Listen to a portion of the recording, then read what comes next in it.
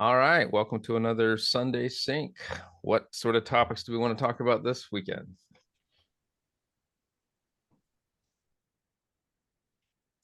Nobody, Fed rate cut. No, I thought for sure it was going to be, rate cuts, this, blah, blah, blah. Well, it caused the rates to go down. Everybody's in a refinance boom now. They're busy. Yeah, that's true. Yeah. That's all I've been hearing. Yeah, I know. I'm sick of it myself. I've been sick of it for a while. Because I don't know about you guys, but to me, the rates, they matter, you know, but it's not the end all be all, it's just, God, stop talking about it. That's all that gets the clicks and the views. And that's what people talk about. So, Yeah, I Yeah. imagine I bet I got at least 10 emails from different mortgage lenders. And yet you look at the 10-year treasury, it went up by 10 basis points since the announcement. yeah. Yeah. Well, I mean, they'd already priced it in. I think it was, I guess it was a shock, not a huge shock. It's not like a 1 pointer or 75 or something, but still, I think it was a shock to some. I don't know about you guys, but I'll tell you mine. I've got two at over 7. I've got one at 7.65, one at 7.5. Mhm. And then I've got another at 6.25, and then I've got another at 2.25, but I'm not touching that with a 10-foot pole. That's my primary. Oh, no. But I'm gonna just refi all at the same time, probably March, April next year, just to keep it simple. The one that's 6.25 might make sense to do now, but um I don't know why. I'm just gonna do it. I have the other two are with DSCR loans, and I paid the 1 year prepayment penalty. If people don't know, typically with DSCR you'll have like a 5, 3, or 1, I think it is, or maybe there's a 1, 2, 3, 4, 5. I don't know, but somewhere in there for prepayment penalty. And I was kind of anticipating this happening, watching them. This is why people watch the macroeconomic trends and whatnot. And for me, I like watching people and then seeing who makes calls and get things right. So like Jeff Snyder, his freaking nailed it. Zuber's nailed it pretty, I would say his average is above average. So I like watching that over time to see who you can sort of trust and follow. Yeah, I think I'd mentioned, I'm working with Jonathan over at Convoy, and I actually heard something also that Dion was talking about. I'm doing it once and I'm going to buy as many points down as it makes sense so that hopefully I only have to do it once and I'm done. In this market, you're going to do that? Yeah, he's got it at, well, I think I mentioned it on the SKOOL. I mean, we're right at, now this was talk from last week. I know it might have changed a little. We hadn't locked it in just yet, but at 5% on 3 points is what he's talking about. And he said it might go down, but I'm planning on doing it once and I'm done. I'm not touching it again, probably. Yeah, everybody's got to do their thing. But did you hear today about one of the Fed chairs that came out and said what they're scared of? So, I think Zuber mentioned it in his video, and I saw some other stuff on it. They're thinking there's going to be a 50, and then the next one a 50. So it sounds like, if you look back at history, you've seen all that where the rate cutting just falls off a cliff. I mean, that's kind of half-assed what I'm waiting for, right? I don't want to pay points just to get down to a rate that I could get for free. But everybody's got, if you just want to get out of, get to where you want to get to and forget about it, then that's what you got to do. Yeah, kind of what I'm putting the math to is if I do it now, wait another 2 years of rate to get down to where it's no points, I can make it up with paying the points, even if in 2 years. Yeah. It's a math formula. Perfect. Yeah, I don't think there's any one person doing the same thing as somebody else in the investing world. I mean, yeah, there's so many different ways. Yeah, there's like 50 different. That's what I'm learning. Yeah, there's no one way. It's, everybody's goals, you could put it in buckets like, okay, cash flow or equity play or whatever, but there's little nuanced goals in there. And mine is taxes. Like my main thing is to not pay any taxes, keep more of what I make. But even in those high bucket goals, your strategies, the way you get there, the speed in which you get there, the duration, everything's so different that there's just, I don't think there's two people doing it the same anywhere. And this is true. And trying to figure out what plan works best and coming up with, we start hearing, you do things a certain way, and that sounds great, and it sounds like a success story. And then you hear Brendan talk about his, and same thing. And then, oh, since could I do it this way? Could I do it this way? And you can get confused and lost in it, the matrix, real quick. So it's definitely figuring out what your plan is, what you want, and it's always evolving. Yeah, I would say I agree with that. But talking to a bunch of different investors, because I manage some too. So I'm hearing to all these different investors, including one of my good friends. And it just seems like in this business, people get caught with the next shiny object and nobody stays focused. Zuber talks a lot about it. Pick your buy box and just stay focused on that. And for me, it's different than everybody else, just that it is for you, Jared. My buy box is build brand new and rent them out. Not Jared, yours is running by the room and just staying where you become an expert at one thing. And I seem like some people get distracted by the many. Yeah, you hit the nail on the head. And before I got into any of this, just researching and doing my due diligence before getting into investing at all, that's one of the things I stumbled on. And I don't remember exactly who it was, probably Warren Buffett or something else, but essentially that focus. I know that Gary V, I think it's Gary V. I don't listen to him much, but has that, fixate on one course until successful focus. And they said the people that focus and do the one thing and become great at it are able to, get to a point and scale. But the other thing I think it was talked about or implied, which is how I got my third house. That would have never happened had I not done, I've only done 3. So I'm not like some whatever, but I was in that market networking my ass off for a year, like talking to everybody, doing all these things. And so my name got out there. And that's the only reason I got that third house. It was a weird deal where the guy had already remodeled it to an 8.3, and so he couldn't sell it. And then I came along and bought it, right? So because that's not a normal thing to sell. Right. And so I was the guy, right, who got the call. So I think there's a lot of tangential, or I guess related things that happen when you do that, right? When you focus on one thing. Now, saying that, I'm going to sound like a hypocrite here because one of my houses isn't performing all that well, and I'm considering turning it into a sober living house. So that's the goal, but sometimes you have to pivot. That house has been nothing but a problem child since day one, and the other 2 are performing really well. So I was looking at alternatives, and I think I might do some sober house living things. So we'll see. But that's how this works, is being able to pivot. It's ever evolving, and part of that, studying that buy box, what works, what doesn't. Well, if it's not working, what else works? Yeah. I guess that I don't want this to be about me, but I do want to say this. So your goals, right? Here's your goals. And I knew this going into it, where over time you become a different person and your goals are going to change, right? If your goals are 10 years out, chances are you're going to learn a few things, and things are going to force you, or at least sort of push you in a direction you may not have thought of. So I knew that going in. So I was trying to be flexible. My goal isn't to do co-living for the rest of my life. Actually, it's because it's too much hands-on, and my goals are time related as well. But the short-term goals, I think Coach Carson talks about this, where if you climb a mountain, you're not going to go straight to the top, right? You're going to go up to the first base camp, and then another one, and another one, another one, and then chill out at each one of those for a bit. And that's the way I see it too, is out of the gate, coming out brand new, I was just focused on cash flow with the potential for appreciation and tax benefits.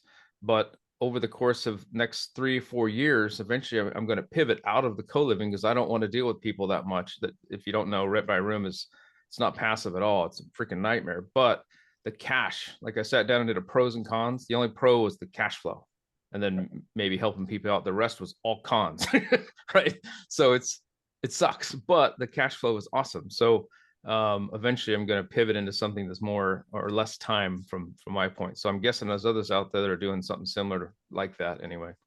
Jared, did you see that interview with Michael on his Buying Vegas? That last episode just came out. I did, and I know Sean. Did you recognize that guy? I He do. I looks know familiar. him. Yeah, I know him. Yeah. I thought of you when I was listening to that interview. Yeah, I watched it, and he reached out to me. We're in different circles. We're also in Sub 2 and Gator, and we were on FE Coal Beans, which you guys don't know is podcasts and some other things. We're both in the same space. He's in Vegas. I'm in Arizona. He does things a different way. and his goals are different than mine, and the way that people operate differently. So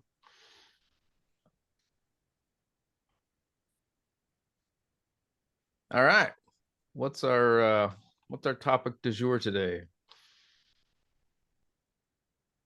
Somebody's got to have something. Looks like Carolyn's got her hand up. What's up, Carolyn? Hi guys, how are you? Good, good. Well, this week we had an interesting applicant, maybe not interesting to you guys, but it was the first time that we had a retiree apply. And so just really interesting going through income verification. And, so Michael and Matt and Dion were able to give me some instruction about that, which was very helpful. But I was just thinking, it makes you really realize when these retirees are looking for a place to rent, you've got to be able to, how long can you rent before your money burns out? That's the thing. I mean, this individual he's in the trades, so it's a good thing. And he's actively doing handyman work too, as well as living off his investments and stuff. But so my husband and I were learning a lot about what these people are going to be going through, because they're being encouraged to rent. I see videos all over the place, why you should rent as a retiree versus owning. So if they start listening to that and they start trying to rent and they don't really have a lot of money in that 403B to say, look, this is why you should take me in and rent to me, I can see these people are having a hard time, because for us, we were asking him questions like crazy. Can you pay this? Are you going to bail out on us in like a year? Or, my husband even looked at what he was spending on his statements. And he was saying, you're going through this a little bit quick on your money. You're gonna have to cut back.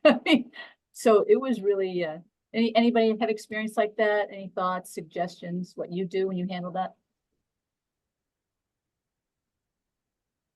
Not something I've encountered yet. Yeah. That's getting interesting. Is he getting Social Security? Where is his money coming from? He's getting a disability check. He's also getting Social Security, and he's drawing down off of his Wells Fargo account. So, and also he does handyman work, saying he does very well at it. Seems like a healthy guy, but he is disabled because of a back injury. So, were you the one post? It sounds very familiar to a post earlier this week, and one of the discussions was getting 3 months of their checking account statement. It was on that Zoom meeting with Dion, Michael, and yes. Yeah, I really wanted to ask Matt what he thought about that, and they all agreed, and so we just brought that approach to the tenant, and sounds like it's, we hope it's going to work out, right? We hope it's, yeah. I mean, that's what I would have done, is gotten 3 months of bank statements. And it sounds like y'all did some analysis of those bank statements. And if the flow is right, I mean, that's the best trend you've got is, those 90 days of bank statements should be a predictor of how he handles things. Right. He has no debt, really great credit, good references. So we're going to see. I mean, if he's solid and he's got money, that's, at some point the accountability is on him. Right. You can only educate and train and share concerns just so much, but then after that, it's kind of on him. Hopefully he doesn't get a harsh lesson too late. Yeah. Well, he really wanted to move in, and so I sent him the lease last night. He's reading it today. I haven't heard back. So I guess I'm more the skeptical one, but so we'll see if he signs that lease. I think my husband's really talking straight with him yesterday, and so maybe he's thinking, oh, I don't know if I can handle this, and so could be. We'll see. But thanks, guys, I appreciate it.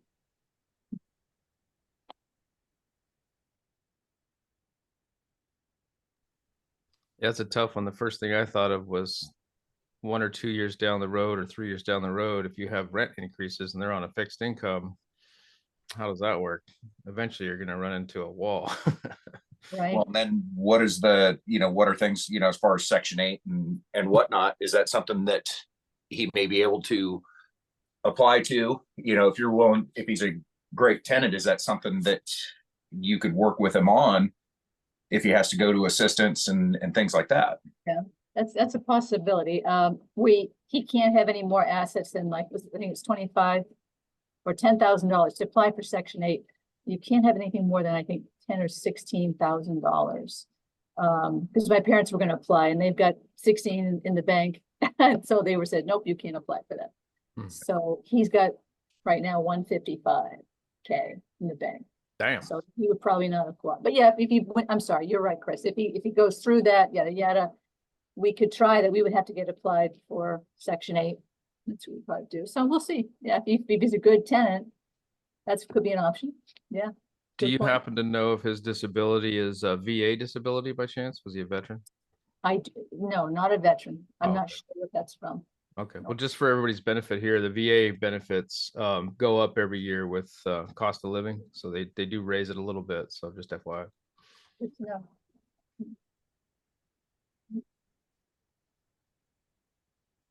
We're really slow on the rentals up here. More and more rentals are coming on our market here in Rochester, and people are asking for some high rates, high rents. I'm like, it's not going to move. And they're just sitting there. So it's like people aren't researching their market too well. They're not watching it every day to see what gets pulled, what's not getting rented, and well, we'll see. Yeah, that's one thing Zuber talks about. And man, I got to tell you, he is 100% right. If you look at your market every day, even for 10, 15 minutes, it's data that you can't get off a spreadsheet, right? Or at least not yet. AI, I'm sure will say blah, blah, blah, blah, blah, but I think that's a superpower, or not superpower, but that's a sort of it's a great way to go about it. In my opinion, I agree with him because man, I'm watching a house. That's why I was a little bit late today. It just dropped and I knew it would. And so I think I'm going to come in with even a stupid offer and see what happens. Cause I don't know what you guys, when you look up the owners, and if it's like a corporation, days on market, in my opinion, they don't matter when a corporate owns it because they're flipping it and they can afford to hold it forever, especially now with the rates dropping. So you're not going to, well, in my opinion, you're not going to get a deal. But when it's a regular owner, like not a institutional owner, then you can start, working with them. So at least in my opinion. So my days on market, I'm looking at anything over 40. And so then that's when things start to get fun. And then when you get to the 60-day mark, then you're really having fun, at least in Phoenix area. So Well, good luck, Jared. That's awesome. yeah. So, well, cool. Anybody else have any other questions? I have a question. I'm looking at rates right now. I was wondering what you guys are getting for a cash out refi rates right now. That's going to be loaded. That's going to depend on your lender, the house, everything, like all the variables involved, I would say. Even in the same market, I've got one lender that'll say I have to remain 75% loan to value. One says 80. So I think it's a big depends on that one. Anybody else?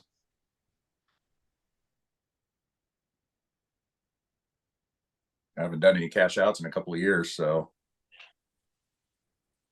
I haven't done any cash outs, but I was wondering if folks would confirm, what I have heard is if you do a cash out, the rate's going to be, noticeably higher than if you're just doing a straight, refinance or acquisition. Is that true? Or has anybody experienced that? You're talking about on an investment property? Yep. Yeah. When you like those kind of questions, depending on who answers it, if like I got a guy here that's local, he would answer that differently because the way he's bought his properties is every year he's bought a primary. And so the guy's got 9 properties and it's pretty smart. He's a property manager. And so him and his girlfriend, they'll buy a house, live in it for a year, and they've been doing this for a while. So, but his answer is going to be different than somebody like me who buys things for investment property. And I'm going to tell you, yes, it is higher, but you'll hear other people that will say, no, it's not, but that's because they bought them as primaries. So just be cognizant of, Yeah. That's a great point. If you don't mind me asking, when you refinanced in your situation, any idea what the premium was for a cash out refi versus a regular refi or regular purchase? Any sense? I haven't executed on it yet. I just been talking to the bankers about it. And I'm even, this is something. So Matt Lumberjack says, get involved with your creditor or your credit unions. or actually, yeah, Matt says that, Henry Washington says that, some of the guys do that. Well, I'm doing that, and I'm learning that the credit unions are different with for good. But being that I'm so new that I have to have 2 years of bank statements to even get going with these guys, to even do a loan with them. So I'm going to have to continue on with my brokers and whatnot until I have 2 years before I can go talk to these credit unions, because they're all sort of, well, and also the market right now is a little weird, so they're a little scared, I guess. But Okay. yeah. Oh, if they were pulling so tight terms, stuff there. What's that?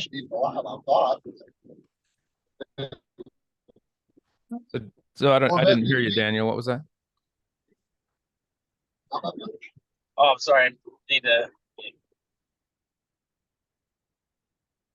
Oh, that was somebody else talking. So anybody you've done one in the past there, Chris? What do you remember from a couple years ago on that? As far as my refi? Yeah, like the points, were they higher or than what you would get normally? Well, that was right when the rates were taking off.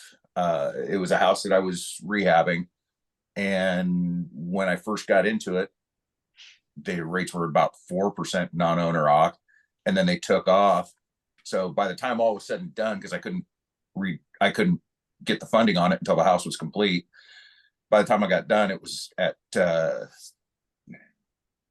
it's at 7.5 right now, and that was with buying down 0.5 point. But your non-owners are going to be about a point higher than an owner side. Yeah. But I don't remember all the details on it. So Chris, that's what I was going to share consensus. Too. Oh, go ahead. Is if it's answering that question, trying to think through if it's an investment property, right now it looks to be about 100 basis points or 1% higher than a regular owner occupied. If you're doing a cash out, it's about an additional 50 basis points or 0.5% higher. That's been the general, what I've seen over the years, depending on what the rate is today. Yeah. If it's, let's just say 6, and if it was an investment property, you're looking at around 7. If you're doing a cash out, you're looking at about 7.5. Is a general rule what I'm seeing right now. Okay, no, that's super helpful, and at least I can do some modeling, just to evaluate my options, because most of my loans are still pretty low. So, cashing out would probably hurt me. Have some big alligator risks, but no, that's awesome. Thank you. To add to that, because I asked the question, I've been getting quotes between 7.4 to 7.9, and that's with 2 points. The lowest is like 1.1 points of the loan. So that's reassuring to know, because I thought it was going to be lower than that, but I guess it's not. What I'm sharing right now is talking to my mortgage broker, who's a regional manager training other mortgage brokers, and I've known him for a decade now. I call him a savant because he really is. He's sharing right now, usually they're about a half a point higher than owner occupied, but right now the mortgage industry or the secondary market is pricing in refinance risk. So they're adding an additional 0.5 point premium, because they know, all of us that we're all talking, our intent is to refi here in a couple of years. And so they're pricing that in so that they don't lose money. So that's why it's about a 1% higher when it's normally about a 0.5% higher, because they know the rates are going down. So they count that as a refi risk, that it's going to, in the next 2 years, be refied down even lower. Thank you.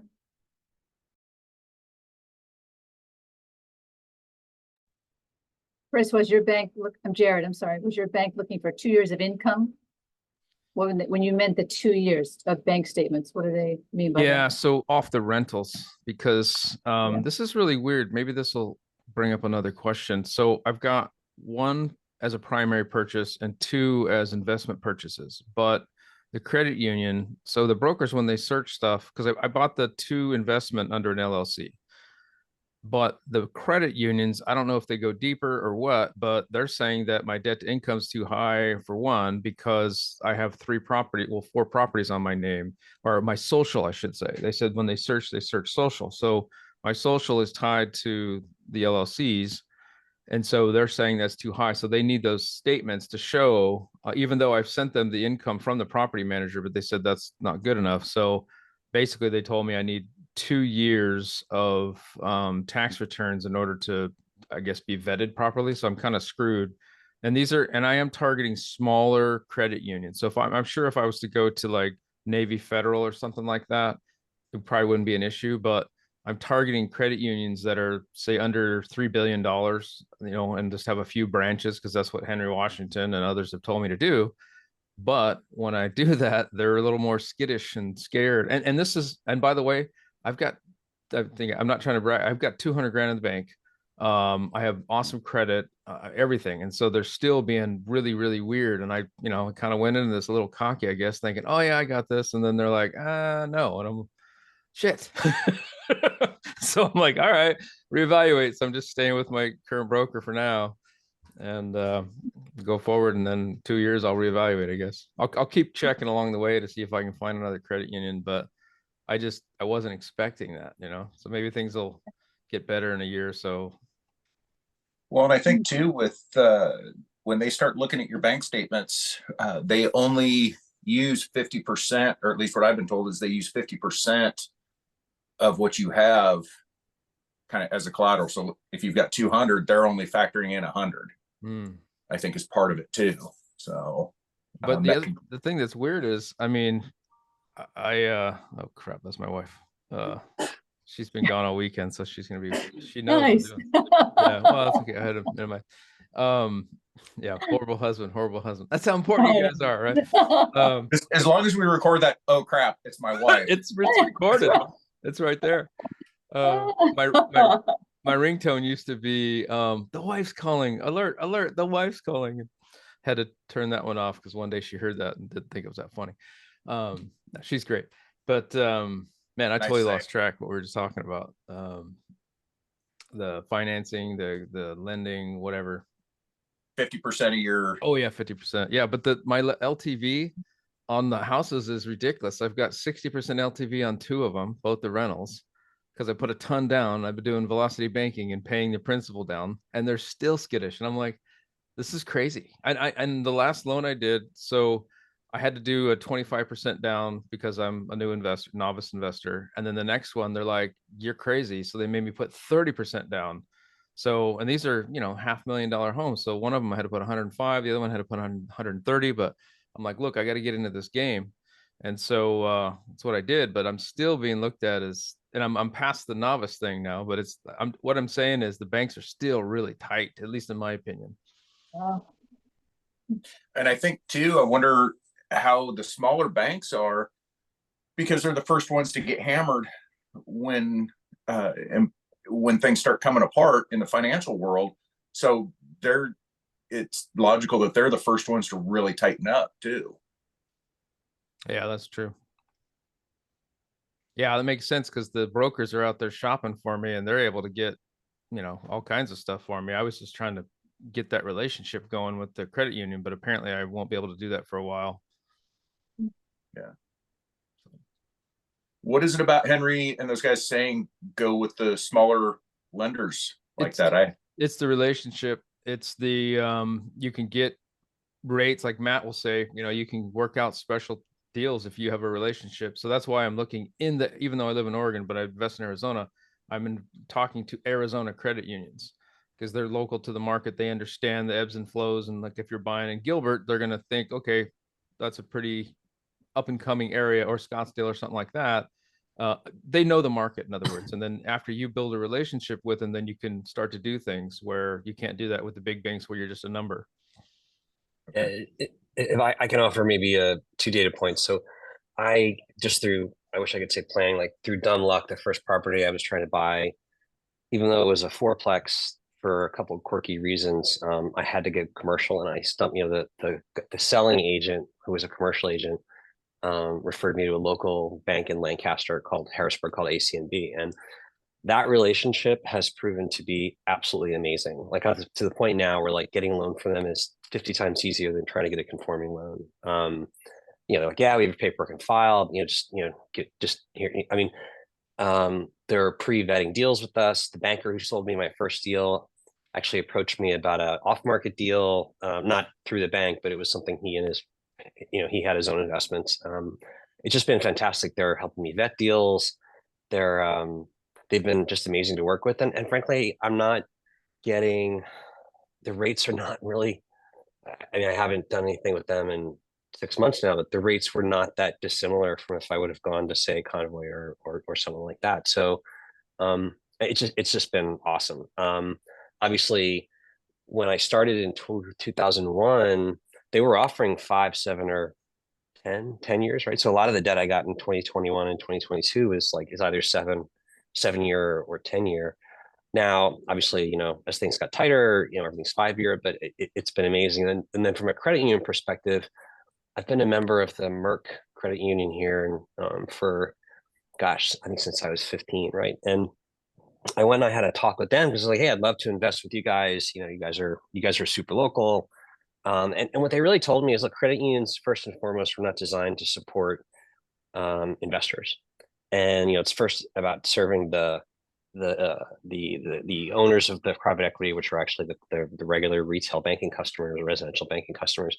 He said, look, we're trying to expand into the business side. He's like, but frankly, it's going to be slow, painful, and we're going to be far more risk averse than others because we're member owned. We're not we're actually more focused on supporting the members than in supporting you know, profitability goals, right? Which is why I think like ACNB, who's more of a true, you know, small regional commercial bank, was super interested in my business and would be flexible, as opposed to the credit unions like, well, I don't know. And then I actually had the honor to support USAA. They were a client of mine for about 2 years, and that just reaffirmed everything. And I by the way, I use them for all of my renters insurance, landlord insurance for all my conforming properties. So do I. And they're awesome. And I think the pricing is, if not the best, it's pretty close. But having worked with them, they are an amazing organization. They will die for their customers, but they are horrible business people. And that's okay, right? And that's why I'm still a member there. But so anyway, my observation would be, I think you have to, unless you want to go through the journey, you almost have to find a credit union that got to the point where they're like, look, we're willing to get serious about business, you know, business customers and investors. And I think it'll be a process, like not like a 1-2 month. I think it would be a really long process to get to build that, unless they're super experienced in it. Anyway, just a humble thought, but that's kind of been my experience out here. Yeah, thank you for that. I think you nailed it. It's just a relationship thing. So, and I I think it's the also. bank's maturity too. I mean, I think credit unions weren't really intended to be business, you know, lending to support businesses or investors. I think they're growing into it, but I think it's just going to be really bumpy and uneven. So, Chris, I'd agree with you. Coming from banking, credit unions were designed more for its members to do retail credit type of yeah, products for its members. And just in the last, I can't remember exactly, maybe I'm just going to say 20 years ago, there was more deregulation, and that's where credit unions were allowed to do some other loans, but they are very, they're rookies at it, and they're still not in that market space very well. I would agree with your assessment. That was my understanding. My last thought is, if you're going to go talk to a credit union, the first thing you should do is you should pull up their charter, because that'll tell you what their primary focus is, and then I think, you know, go from there, right? Because I think Merck was talking, because, you know, with the lead lending guy or one of the execs I talked to at Merck FCU, he's like, we're thinking about doing it, but to get into business and investors, we've actually got to get the shareholder, you know, we have to have our members vote to approve it, and we got to modify our charter. And he's like, but there's good financial benefits to help our members, but, you know, it's going to be a process. So anyway, just food for thought, but maybe check out the charter of the credit union and then have a discussion with them about where they are in terms of transitioning to support a broader set of customers beyond traditional member needs.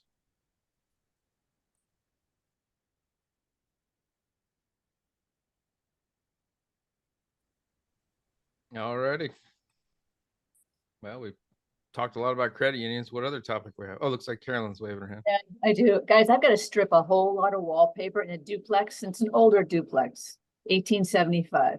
Holy! That's what we get in New England. Hey, they're strong. I'm telling you, they're strong. They have good construction.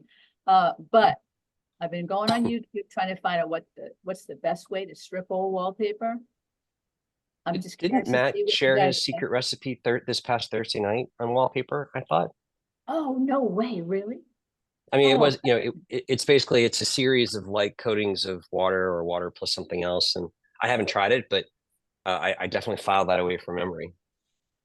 oh, I'm sorry I missed that. Yeah, definitely reach out to Matt on that because he's got in the same kind of area, Yeah. knows okay. all those old homes. But out here on the coast, we deal with 60s and 70s homes that had the wallpaper, but we do, you know, just steam and pull it that way. But some of that old stuff might be a little different. Yeah. Okay. I think if you listen to Matt's this past Thursday night session, maybe the Thursday before, I think he actually shared his approach to wallpaper. That's a good point. Yeah, I'll just pull it up. I'll just review it. Okay. Yeah. Thank you, Chris. Does everybody know who Matt the lumberjack landlord is? Yeah, some people might not. So just if you Google him, this guy, man, he's got a wealth of information. I love Dion to death, but you know his focus is different and smaller portfolio, and he'll tell you too. But if you want to know in depth all kinds of stuff, Frank's usually here too, and Frank's a contractor, and he's given us some really good insight on some physical things with investment properties and properties in general. But yeah, Matt, man, that guy, he's got a wealth of knowledge. Oh, actually, you know what? I'm wearing his shirt right now. There you go. Woohoo! Yeah, Jared, did you take his boot camp? I did not, but I met him in Vegas and he gave me a shirt. So there you go. Nice. Yeah. I took his class. It was great. My husband and I, we did that. It was awesome. But I want to do the boot camp because it goes more in detail and you have better access to Matt on a regular basis. So I heard he's doing it on Saturday nights this time around. Yeah, that's nice. Yeah. Yeah. I want to. The time is the problem. Went back to work and all that. So yeah, gotcha. All right. Somebody's been dying to ask a question, has been lurking in the background. What's that question? Hey, this is Karen. It might be me. I'm new to the group. It's only my second time watching, but I've been watching, Zuber and the boys for quite a couple of years now. So I've kind of lost momentum. I have a one property, investment property, just about an hour and a half away from home here. I'm in Raleigh, North Carolina area. And my mindset has not been great the last couple of years. So just starting to get back into this, hearing all what you guys been talking about between the financing, just even narrowing down a market, going kind of back to the basics. It's been a bit of a challenge. One of my questions is because I'm lazier than Dion is, so he calls himself the lazy landlord. I don't believe it. Yeah, so I'm lazier than him. So I wanted to ask the group if anybody, I know Frank has, but has anybody else used a turnkey company?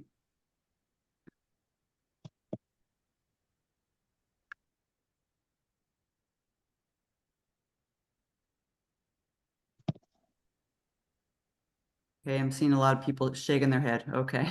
So there's so obviously Frank, but I believe, you know what, if I can contact you. There's a few people using turnkeys out there, and I can gather them up and send them to you in some fashion. I just don't remember who they are off the top of my head. Yeah, that'd be great. Frank, he had somebody on his YouTube channel. I think her name was Allie Boone. But I didn't know if she was just working out kind of near him or if she was kind of throughout the country. So I know. No, I think Detroit. no, this Lars. I think she's throughout the country. I think he's worked with her multiple times. I'd reach out to him to verify that, but that I'm pretty sure he's worked with her to get properties like in St. Louis and He has. I can't remember where else, but like he has properties throughout the US. He's now focusing on St. Louis, I think. Yeah. But yeah. But she's done Indiana. They had a big meetup in Detroit, things like that. So yeah, I don't know if she's nationwide, but she's definitely not just one market. So Yeah, and she more or less tries to vet and pick turnkey companies versus run turnkey companies. I think that's my understanding of it, Jared. Yeah, that's the Yeah. difference there, is because she's just working with the turnkey companies. I've worked with Rent to Retirement. They actually are a turnkey company. So most of the stuff you see with them, I mean, they'll have relationships with property managers in each one of their locations. They'll have relationships with lenders, things like that. So I could answer maybe some questions about Rent to Retirement, but that's the only one I'm super familiar with. Ollie Boone, I've looked at her website and talked to her a couple times, so I know a little bit about her and her setup. But those are the only two that, well, there's one Memphis as well. I think it's memphisinvestmentproperties.com or something like that. That one seems pretty good too, but I Yeah, haven't I worked with think them. they're, I think that's REI Nation, maybe in Memphis area. And I definitely haven't looked at Rent to Retirement too. I think Rent to Retirement though, I almost think they're wanting to pay, or wanting you to pay like an upfront fee. That I could be wrong there. But I know a couple years ago they weren't doing that. I don't know of any upfront fee. I'm in the process right now of getting one through them, and I'm very close. Okay. Now, one of the things I don't know if, I guess if you wanted to be a member, like and I have air quotes here, Okay. you could pay for their boot camp type thing that they have, which is, I want to say it's gone up to maybe $5,000 now. And it sounds like, oh, well, that's kind of ridiculous. I can learn all this stuff for free. And you could probably learn just about everything that's on their boot camp for free. They just kind of put it in a more concise manner, and they organize it a little bit better. But if you buy a property through them, you get that entire thing back. So it's kind of one of those things where if you really think you're going to use the turnkey property, and you think Rent to Retirement's the right one, you could get their boot camp type thing, and then you just get it back when you buy a property. Oh, thanks, Dennis. I appreciate that information. Yeah, I've been looking at them for a little while. Appreciate that.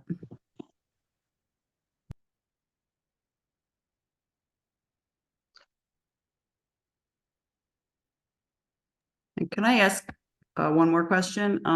Like I said, kind of still new to this, total rookie investor. But how did you guys, pick your markets? I mean, like I said, I'm in Raleigh, North Carolina area, and we're booming out here, of course.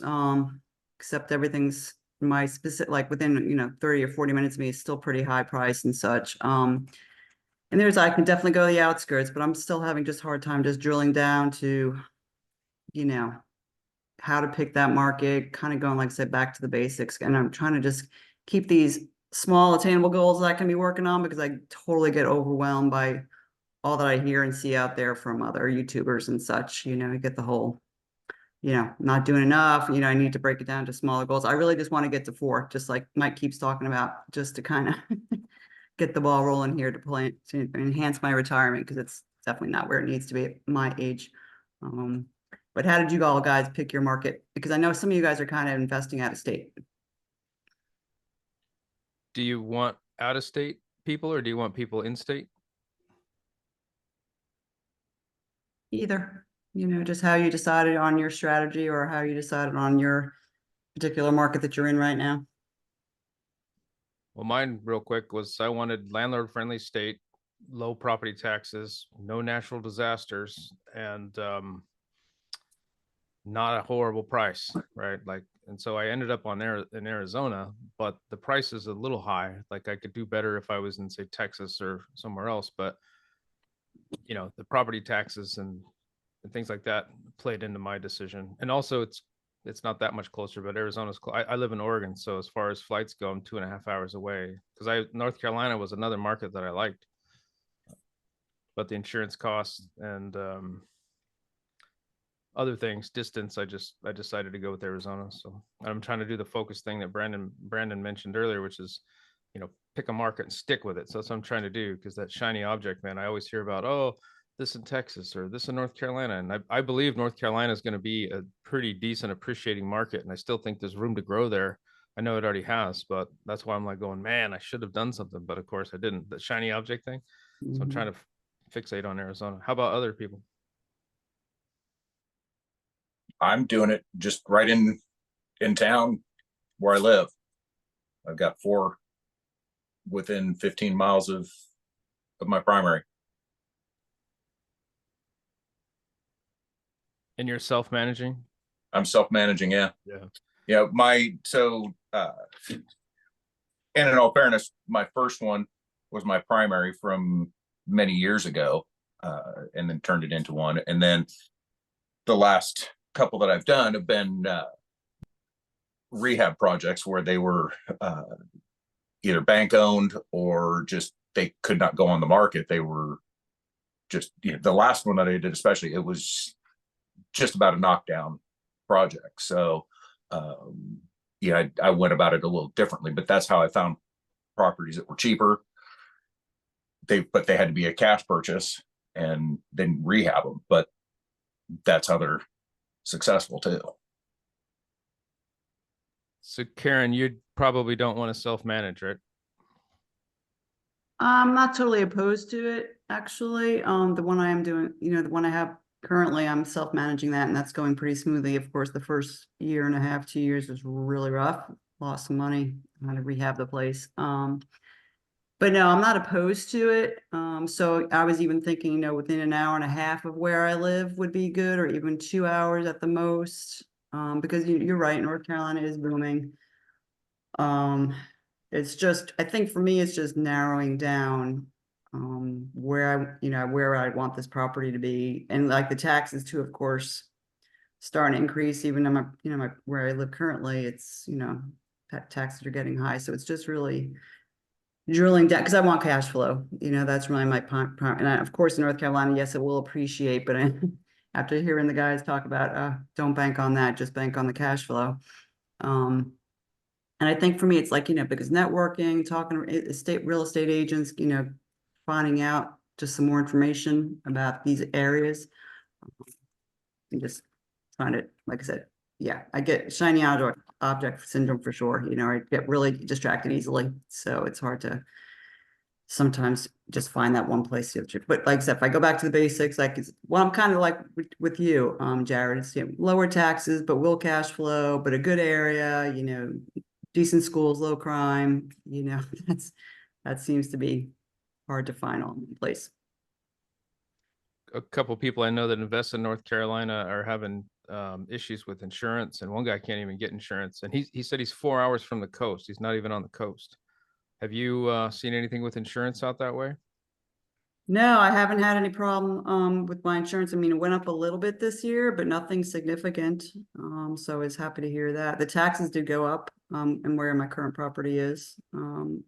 I think it was like $300 or $400, so I expect it to continue to go up. And even in my primary residence, same thing. The taxes are increasing. But I just keep hearing, especially outside of Raleigh. I mean, now the podunk towns that used to be podunk are no longer podunk.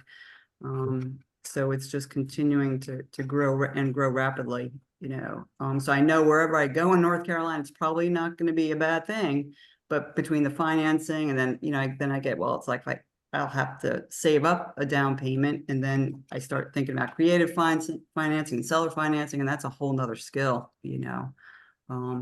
so that's why I was thinking about the turnkey for now until I can build some more, just savings and such. And I was going to ask the group that too. How many of you are you still just using mortgage companies, or have people used some private and hard money lending for some of this stuff, or still just using mortgage brokers and such? Thanks. I bought my first 2 properties with cash, so I haven't entered into the mortgage market yet. I probably will for my next purchase, because I want to scale up. So the other guys are probably got a better answer for you. You Thanks, bought them Sam. cash, so are you planning on doing any cash out refi with those in the future? Is that what Yeah, you're Jared, I keep wanting to talk to you about that. I just Yeah. have so busy working on this duplex. I'm like, yikes. Yeah. So yeah, I gotta talk with you. I definitely gotta meet you. Oh, I'm probably not the one to talk to. I was just asking. I was just curious because it sounds like, whatever they're worth, you could even do a 50% loan to value and still do pretty damn good. Yeah, yeah. So that's, yeah. Once we get my husband's duplex done, then I can start doing that next year. Yeah. That's the plan. So, but thanks. Karen, I do, most of mine are just traditional mortgages. I'm doing my first DSCR right now. But on the markets, I'm just sharing kind of where I'm coming from. The newest market, it's still, I call it in my living area within 30 minutes of my house. I found this market looking at what they get average rents per square foot. That's how I analyze all of my properties. Is one community that I have a few doors in, I'm getting around, and the market average is around $1.30 a square foot. This recent market that's just a little town 30 minutes from it, they're getting $1.55 a square foot. And why is because of the it's actually a smaller town, but there's a lot more quality of life, desirability to live there. This community has festivals almost every weekend that people go to. There's a lake there. And so it's getting $1.55 a square foot as an average in the area I'm building. I do build to rent, but the rentals in that area, that's what they're getting. And so I was looking at then, if I know I'm getting about $1.55 a square foot, now I'm saying within my buy box of square footage, 13 to 1,500 square feet, I can kind of then look at, okay, what's in the market, knowing that that's my average that I'm going to get for rents, and kind of putting it in reverse from there. What's the market out there? What can I get it for that fits in there? And I was able to find it. But that's how I look for it, is I'm looking first and seeing what the average rental rate is there, and gives a good initial way to analyze then the properties that are available. I'll happy to throw my hat in the ring. I got into this through a different real estate group that was advocating out of state, and I think the previous speaker kind of nailed it. Like, to me, there's two key criteria. Like, one is, you got to find an area that has good economics. The tricky part that I found is that you can look at a city and say on average it's great, but it's almost like but to figure out where you want to buy and where you don't, you almost have to know, like, hey, this neighborhood's great, but like 2 blocks over is kind of crappy, right? So, not having that knowledge can be hard. And then two is the one thing that they said to buy out of state is, you really need to build a team, right? An agent, property manager, right? And you got to be comfortable handing things over to a PM. So right or wrong, I think everybody's got to find their own strategy. We decided to stay local within an hour-ish of our place. We drove from Harrisburg to Scranton to North Jersey to South Jersey to Delaware, Dover to Maryland, trying to find what we thought were cities that had good economics. I mean, no offense, like, my family's from Wilkes-Barre, and it's a dying town, right? And there's just a lot of that, right? And we stumbled on Lancaster, which those of you who may not know, has been in U.S. News and World Report's top 5 places to retire like 6 of the last 9 years, which I personally find a little silly, because if my choice was Scottsdale or Lancaster, that's a no-brainer for me. But it's a nice town. It's growing, diverse economics. But even there, like, we learned how to we had to spend a lot of time kind of driving the city and realize, okay, well, like the Northwest Quadrant, which they call Cherry Hill over by F&M College, that's the place to be. And so we just focused there. And then I think I'm not sure who the young woman who said the first 2 years are brutal. It's like, I mean, building the team is really hard. But then I'll tell you one thing: once you have a team, like, we've got Lancaster so dialed in now with the right contractors, we know the right agents, we know the PMs. It just makes life so much easier. And the other thing is, we are self-managing 80% of our stuff, right? We inherited one building that we left with the PM. We're not thrilled with it. Just haven't had time with all the other reno projects to flip them out, but that'll be coming. But I think you have to get comfortable with, got to find the right economic area. You got to see how comfortable you are delegating. How hard is it going to be if you just spend time there?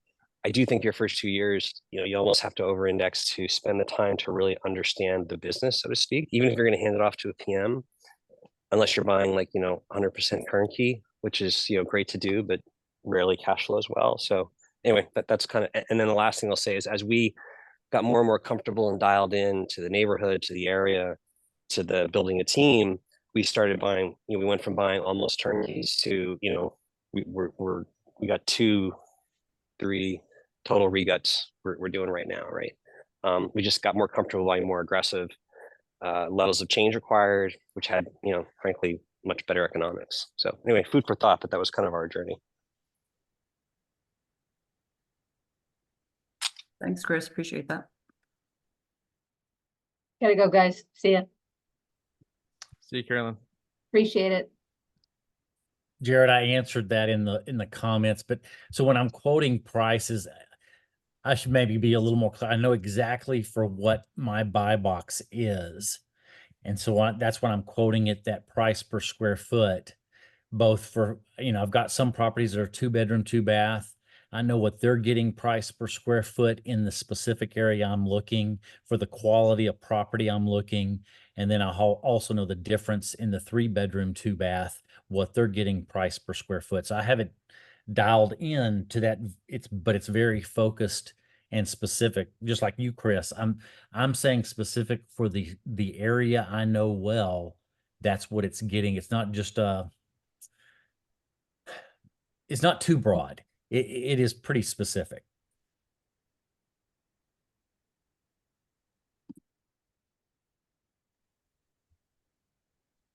Alrighty, Karen, did we get you enough information on that question you had? Yeah, thanks, everybody. I appreciate it. I really do. I'm glad I'm part of the group because it's nice to bounce all these ideas off of and just talk it through. So thank you.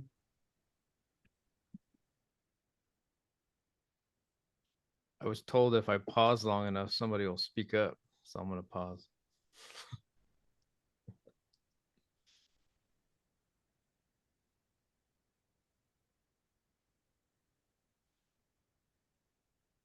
I was sharing this morning. Okay. Zuber did a video the other day on the power of 4. That's what I narrowed it down to, the general topic. And I sent him a message. I think I may even respond in there that I'm working on one myself on my new channel of just my 4. And so I've been working on this in the last week. It'll probably be late next week before I get it all in. I got a busy week with all kinds of activities.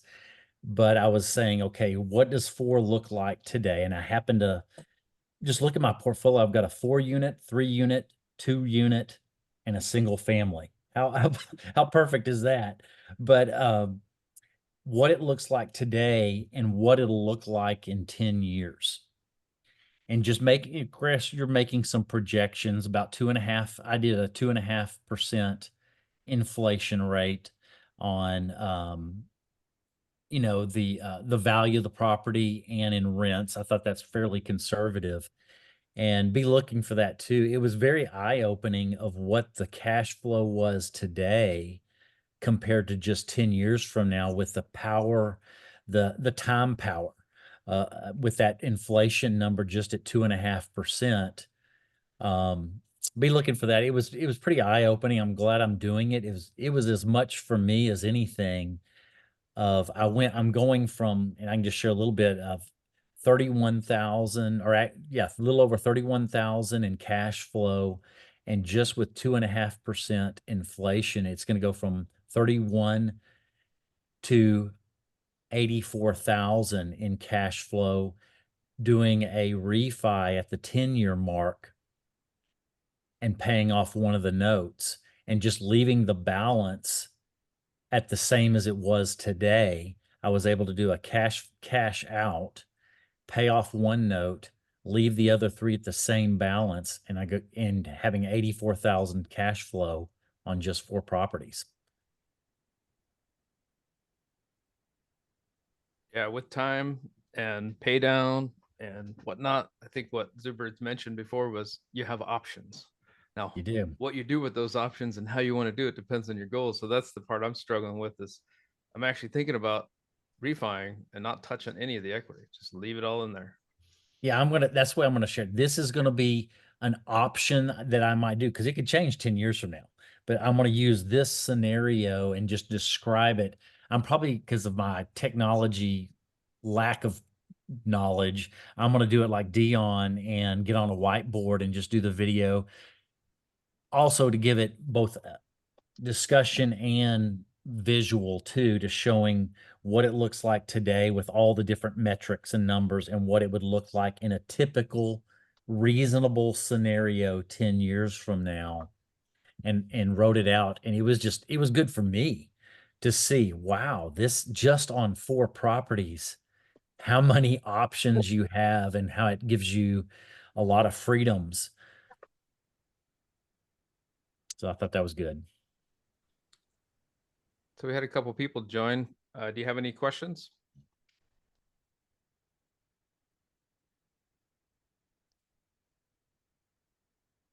Well, tons, but I was wondering how many people were using PropStream and how that was working for them.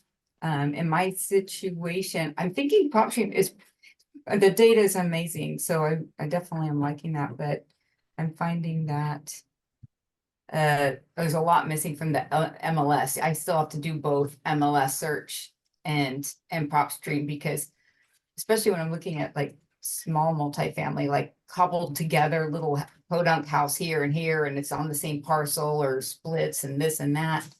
The data, it doesn't reflect in like county records. It's a little wonky because they're, because they've been kind of, you know,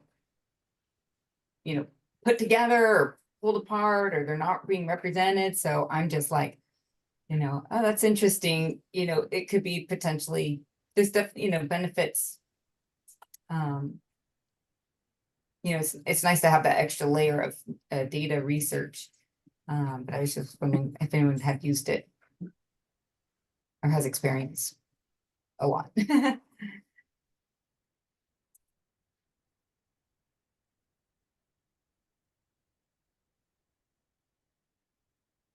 How do you throw that out there? And nobody's I don't have PropStream. I bought BrightVestor.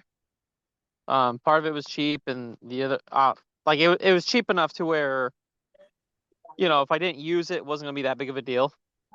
And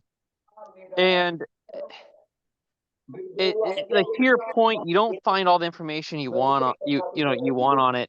That's been, there's like certain properties where I want, that are on the MLS, I want to kind of get the background on the set, some of them are on there, some of them aren't. And Daniel, yeah. Please mute. So that, I mean, that's been my, do you find the same thing on PropStream where you have like a particular property you're kind of interested in that's maybe on the MLS, and there's a story behind it, but it doesn't, it doesn't give you, it doesn't show up or anything like that? Well, I felt like I did a search on, I did it like a search, like show me every multifamily, with XYZ criterion, and it didn't come up. But then I go on Zillow, there it is. It's live, active on MLS. So it's like, what? Maybe it's like, I just started using it. It's an aggregator. PropStream aggregates, and I know there's a delay, not personally, but a lot of the hardcore deal hunters out there, like Jimmy Fuentes and the really get the guys that are like Pace, they're nuts. That's not me. They're looking manually at the county assessor's office, and so they're getting the data as soon as it hits the county assessors, and they also use PropStream, and it's anywhere from a month to 3 months out. So that's why they're manually doing it. And then there's a couple people. Have you heard of Coffee Closers? Ariel, she was at the February event. She's doing things like this. I'm about to tell you. And then another guy, Shad Nujumi, he runs REI Conveyor Belt. Both of them are they're investors, but they're also tool builders with AI and whatnot. And so what they're doing is they're scraping these county assessors' offices in major metropolitan areas. And the reason they're doing that is because the tools out there like Privy and PropStream, and I don't know about Brightvestors, but they do the work, but they do it. It's a lag, right? It takes some time to aggregate the data, put it together in the tools, and yada yada. And by that time, guys like Jimmy are out there. They've got the house locked up before you can even touch it, We right? saw So it like, before I saw it. right. And so And that's okay. For me, I'm not doing the killer, like, I gotta have it this second. I Yeah. gotta be the first one, stick my foot in the door. It's like, no, I'm usually looking for like the one that's been lagging and sitting, and I'll just come in and be that friendly offer. I'll use a different, so I'm not that super killer. So it's okay for me for that, but thanks. Yeah. I was just curious. I thought I'd throw that out for a conversation. RE investors, somebody was it, sorry, RE investors? Lars, did you Bright mention? investor. There's Bright Investor, but then I thought, oh, maybe it was Jared, you just said Oh. something else about REI. yeah, I'm gonna put the links in the chat. I was just gonna go do that. Yeah, real- copy. Oh, okay, thanks. Okay. Yeah, interesting. And then when you guys are ready, I have a question to the group. So, but Fire away. okay. So I there's this house. It's on the MLS. It's in Delaware, and I because my son and I were out in Delaware not too long ago. We saw it when it was under. I guess it was a reverse mortgage that was foreclosed on by a bank, and none of the owner ocs took it because of the condition of it. I was looking to potentially do a 203K loan, co-borrow with my son on it. However, he has some medical stuff come up, so can't do that if he's not going to live in it. And so I'm looking at it as they dropped it from 330 to 310, and now they dropped it down to 300. And they've had it for 4 years. What I'm wondering is, does anybody know like how low you can go, like how low an offer up to a current price after they've dropped it, of it being insulting versus negotiable as far as banks? Because I know banks, like I work at a bank, but I'm not in the residential, I'm not the guy who's, I work at US Bank. Like I have title, but but there's a lot of my title at US Bank and so forth. It's not like I'm sitting there with the spreadsheet making the decisions or anything like that. Anyways, does anybody know like roughly what the percentage you can go where they'll still negotiate with you? And the reason why I bring this up is I don't want to get on there. Like if I need to wait to see if it gets taken, like if it's too far above my target price, I don't want to offer it when I don't want to offer it and have them be like, okay, we're not, okay, well, we're not taking that, and just have them ignore it. When if I would have waited maybe another 2 weeks or a month, or a month, and then offer that price, right? They would have negotiated with me, and maybe I would have got the deal I'm looking for. Because I know there's probably roughly $50,000 worth of work that needs to go in. Are you able to inspect the property? I mean, I already went out there and saw it. I saw it while I was out there, so I know it needs to be done. My thought is I would get a contractor, is like if I was to put an offer in on my tour, whatever, I would just have I would just pay a contractor some money to be out there with my realtor, and then get the scope of work during the, while they're quote looking at it, and I would just pay him for his time. Yeah, you got the right. I mean, what I would do, and anybody can chime in, is it sounds like you're really interested in capturing the property. I am, because I know the neighborhood. Like I feel pretty confident in that neighborhood. I would not buy it at 300. That's not happening. Right, I got Yeah, you. go ahead. Let's win the capture, right? Let's go there and offer them the 300 and put a contention on inspection, or is it an informal, and say, hey, I would love to give you 300, but can I go take a look at it with my that shows that you're willing. That shows that you're open. Because you want to win their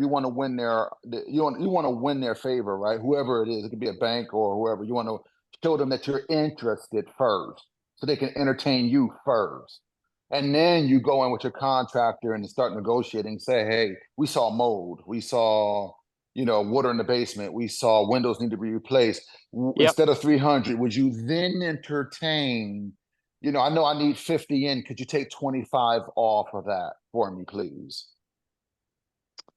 Yeah, that's kind of where I'm at with like I need, I think realistically 275 is the highest I think I feel comfortable going on it. Yeah. And I mean, just, and I know they start, and for them, they're like, hey, for whoever put it on there now, granted, they're being a bank, they're going to be less emotional about it, right? Than a mom and pop. But, they're probably gonna be like, well, we started at 330 and we know this, we know this neighborhood's worth 340, 350. Well, but see, I know like they winterized it, and the winterization, they either unwinterized it or the winterization went wrong, because when you step into the bathroom, I step in a small puddle. Yeah, so there you go. So there's your incentive. They're not stupid. So, you take pictures, the puddle, and you start saying these things. There's a bullet hole in a window, there's oh some my mildew. God. Yeah, well, okay. the bullet hole was leaving the house. Anyways, I'll me leave it being out. former military, I Yeah. figure it out, right? Like I'm there and I'm like, okay, is this coming in or going out? Because honestly, to me, that's really important. Is it, because if it's coming in, I'm probably like, wait, what happened to this neighborhood? You know what I mean? But no, it was going out. So it was, Sounds great, Make Lars. sure to add that to my evaluation sheet. Like, if the bullet hole's going out, good. Coming in, bad. No, really though. I mean, really, if Awesome. because if it's leaving the house, then we know it's some psycho who's, Goodness. right? But if it's coming in, well, now you have some There's an anger issue. Yeah. Lars, exactly. in your state, does it have anything, and it could be somebody that has a realtor license, because we can do it here in Texas. We can see some of the information on the mortgage, and you can sometimes reverse engineer what the balance was when they foreclosed, give or take some money. Because if you know kind of what the balance is on the books, maybe they'll tell you. Now, I doubt they will, because they can foreclose on it and they can make whatever profit they can on with the bank owning it. But sometimes you can reverse engineer and figure out roughly what the balance they had on it was when they foreclosed. That'd be good information for you to know what to offer. I have a question. Someone before here was saying PropStream, right? I'll look it up. You want to direct it message me? I'll look it up for you. Yeah, I'll give you. Here's the thing. I'm like, do I want the house? Yes, but I also understand that, like, if somebody buys it for 300 right now, good on them. Congratulations. In my opinion, it's I hope you have a lot of capital, and I hope you have a lot of capital on top of that down payment, because you're going to need it, right? So whatever. I'm not going to sit here and stress because somebody takes it for 300 or 290. So let's see. How do I message you from my phone? Let's see. Direct chat, or you can send it to me through SKOOL. Yeah, I'll just put it in the chat. I don't care.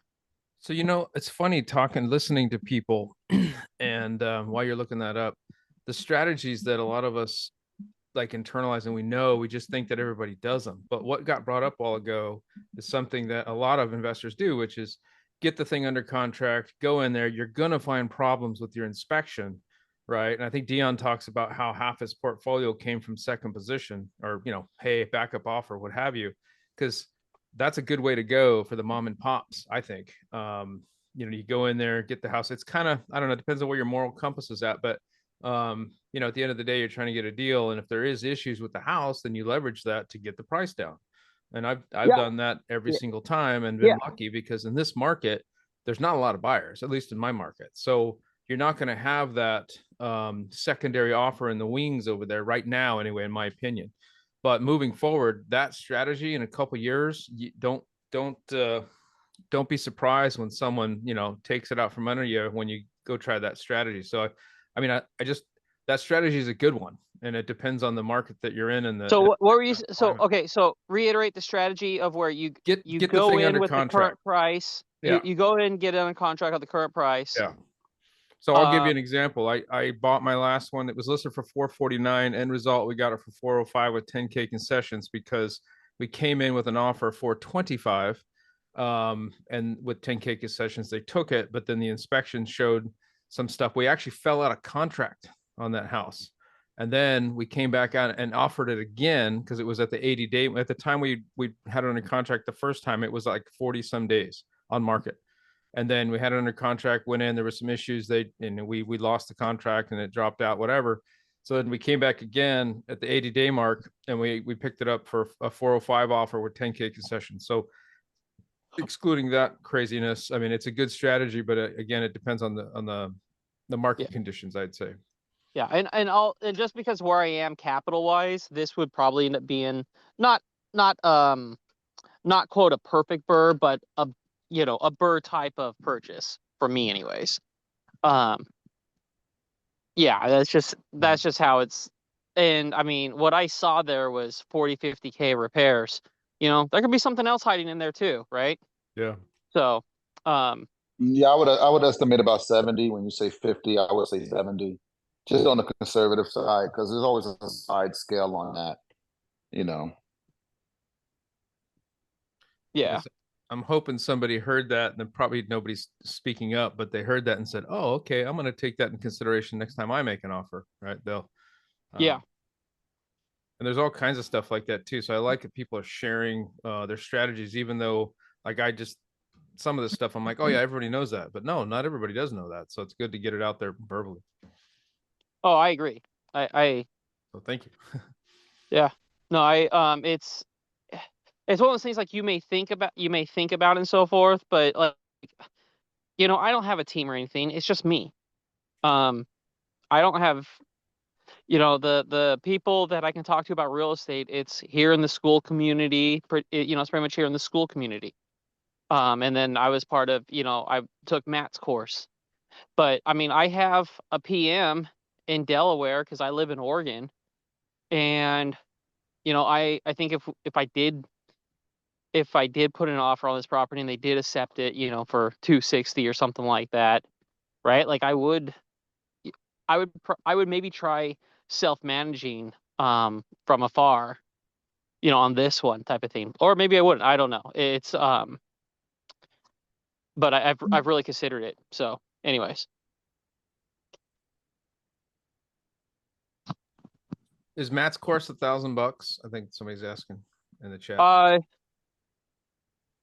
can't remember if it was 1,000 or 1,500 because there was like a certain price for the course and a certain price for the course was boot camp. I think $1,000 is right, but I could be mixing up the 5 and the 1,000. I don't remember if it went from 5 to I don't remember if it was like 1,000 plus 500 or if it went from 500 to 1,000. That's what I don't remember.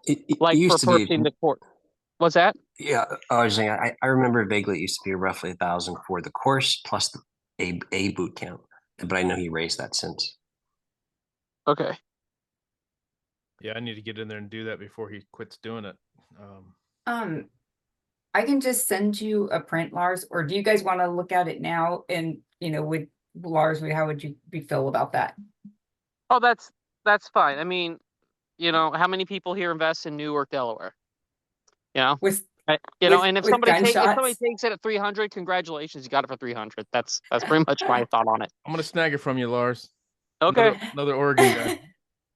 All right. I'm just I don't stress can about I this share stuff, my right? Because can there's I always share another my deal. screen? Sure. Yeah, go ahead. I'm just gonna put my email address in the box. So, if there's any, if there's like any sort of printout or something like that, if you just, PDF and send it to that address. And if there isn't, then there isn't. You have my address, whatever. Go for it, Gina. I just opened it up. So do you see this? Yep. This detail. I'm new to this myself, so I'm like, maybe you guys can help me navigate. And I've got the toolbar right in front of the whole screen. So I'm like, move, goodbye. Okay. So I did click on the mortgage and transaction history.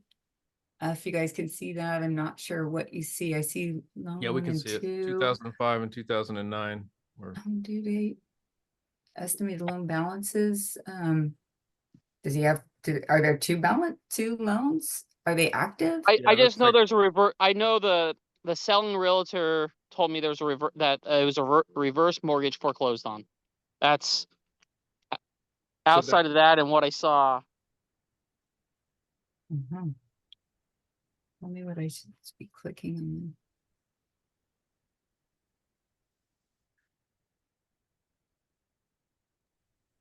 I think this is the current. So are we to loan, guesstimate that 382. the 2009 is probably the loan we're working off of? Hmm. I don't know prop So it streams. looks like, yeah, so I don't either. So it looks like at least this document, reverse mortgage, Yep. loan amount 382. Oh wow, so they're already under. Well, and if you look at the far right, it says, looks like estimated loan balance. Yeah, what's that at? 364 for the 2009 one. Yeah. Oh, so oh man, they'll be so pissed at me. Whatever. All you Hey, can do is Lars. offer. Oh, Lars, you could do it. Yeah. They already made their money. yeah. Hey, What- remember what they say is the one who has the ability to walk away is going to win. So Yeah. it's not going to hurt you one bit to throw an offer out there and say, look, here's my numbers. This is what I'm comfortable with. Throw them that low ball offer, throw them what you're comfortable with, buffer it a little bit, and then just put in there, say, look, if something doesn't happen, I'll check back with you. Or if I can be put into second position for, if a better offer comes in and doesn't work out, just put yourself on the list, but follow back up with them. If you know the house is going to be there, if it shows that it's still there in a month, follow back up and just tell them your offer still stands. Yeah. Yeah, because it's Play the game. I'm thinking like 260, 275 because what I saw, and I'll just talk through it. Maybe you guys can like here's what I saw. There was mold or a bad either a bad case of mildew or mold on the upstairs within the ceiling, and same thing downstairs.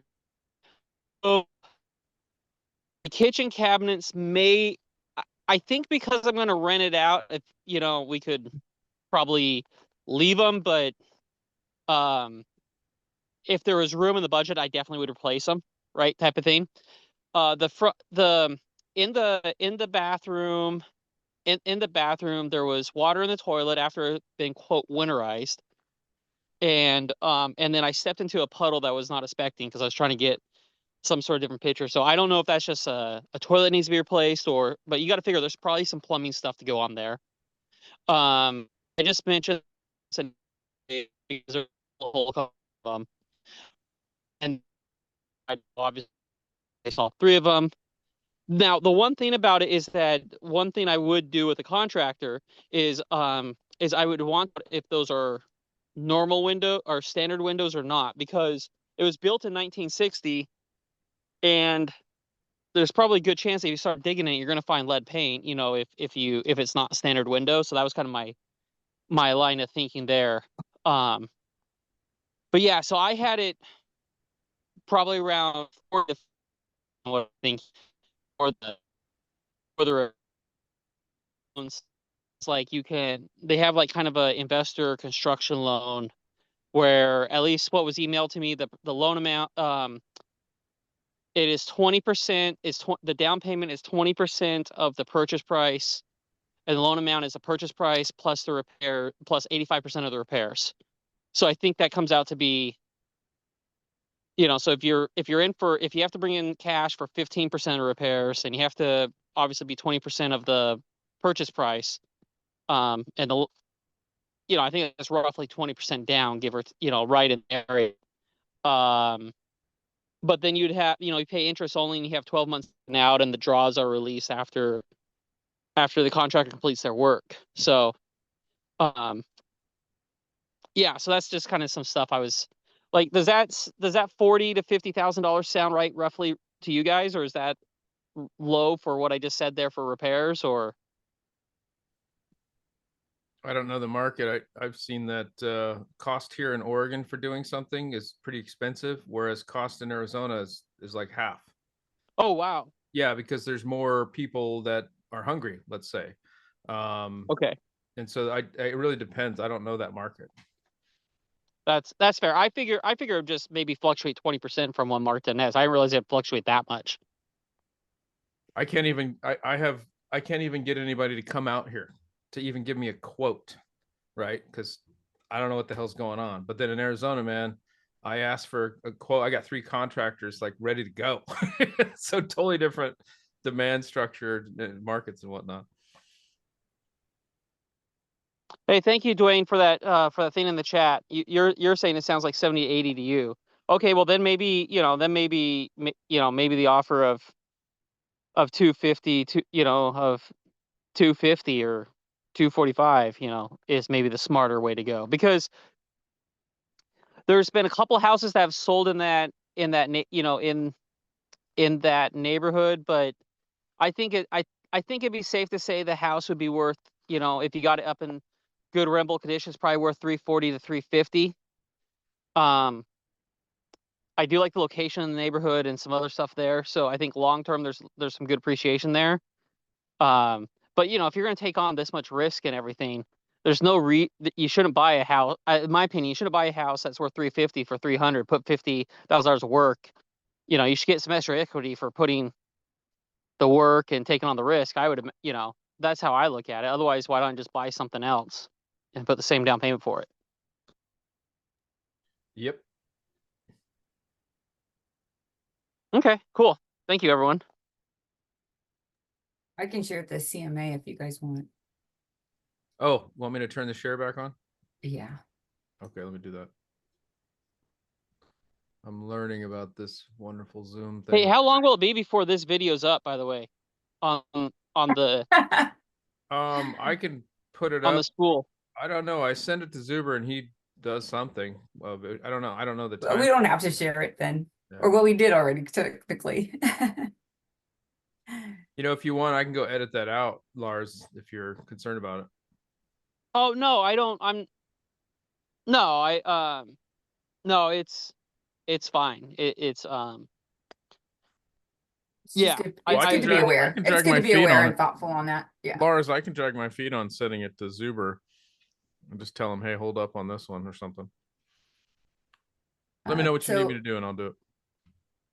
Yeah, I would edit out the just confidentiality and safety thing. He has a deal. We respect each other's hard work and labor, and he looked like he found a little nugget here. Plus, Let him go there's on and knock it owner out. information. Edit this out. Yeah. Thank you. Yes, and it shows the estimated value 330 for what that's worth, and mortgage balance 364 is what. Right. Yeah. Okay. And it's saying monthly rent of what was it saying there? 2284. Okay, yeah, I'm thinking 23, 24, 23. I mean, I'd probably put on the market for 25 and then, see if somebody took it, just because there's not a ton of rentals in the area, but it realistically 23 is right. So that sounds right. Could you please email me, send me the email of this PDF here? Done. It's already done. I already sent it to you. What's that? I already sent it to you, Lars. Oh, thank you. Thank you so much. You're welcome. That's awesome. Good. Okay, yes, it's really interesting. And then it of course gives this is like nothing selected out, so it's taking everything into consideration, right? So you can get rid of all the different comps, edit the comps. And this came from PropStream? Yes. I know it's like what, $600 a year. I might have to do this. It was like, I think it's very reasonable. I thought it was like 24 a month or something. I didn't think it was that much. If I recall, maybe I'm like, I don't know. Maybe I misunderstood what I signed up for, but pretty cool. I think it's good looking. And it's easy to me over time, to read. You'll have to tell us what your impression is. I know that I talked to a lot of people that use Privy, a lot of people that use PropStream, and PropStream's good if you're nationwide, from what I understand. This is the feedback, and it's old data. And Privy is really good at some of the bigger. Privy's not Privy, at least this is year-old information, but Privy's really good at some of the bigger cities, really detailed, the bigger city, and PropStream's more broad. That's the impression I got. And granted, okay. I haven't used either one of them, so I don't know what the hell I'm talking about. This is just third-party feedback. Good. It's all good. Thanks. Okay, so there you have that. I'm gonna stop. glad somebody can use this info. I'm like, not sure I'm helping you, but it's a good education, if anything. I like that. You know, Gina, if you want, I know my market really well. We could do a reverse, like we could sync up and do a offline thing. And I could say, hey, this is what reality is. Let's see what PropStream says. If you wanted to, that gives you Yeah, one data exactly. And if you point. could say, hey, that's, that's what I was thinking. Like, I saw a couple rents where they kind of, everything was like, kind of like the same rent. And it's like, it is just an average. So that would make kind of sense. But then it's like, I'm not sure how useful that is. But, but you have to know yourself. I think you have to know the market through your other, reconnaissance, so to speak. But obviously good to validate what you know about it, and there you go. Yeah. Cool. All righty. Do we have another topic? Any more questions? Well, I mean, I'm just my dilemma. Oh, I'm sorry. If anybody else did, sorry, I shouldn't be just talking all the time.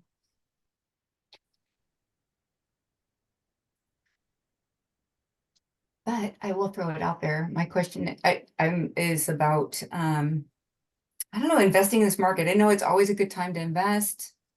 I have a 1031 exchange. My CPA is encouraging me to sleep peace, ensure my peaceful sleep. So she's like, just take your cash and just chill out, basically.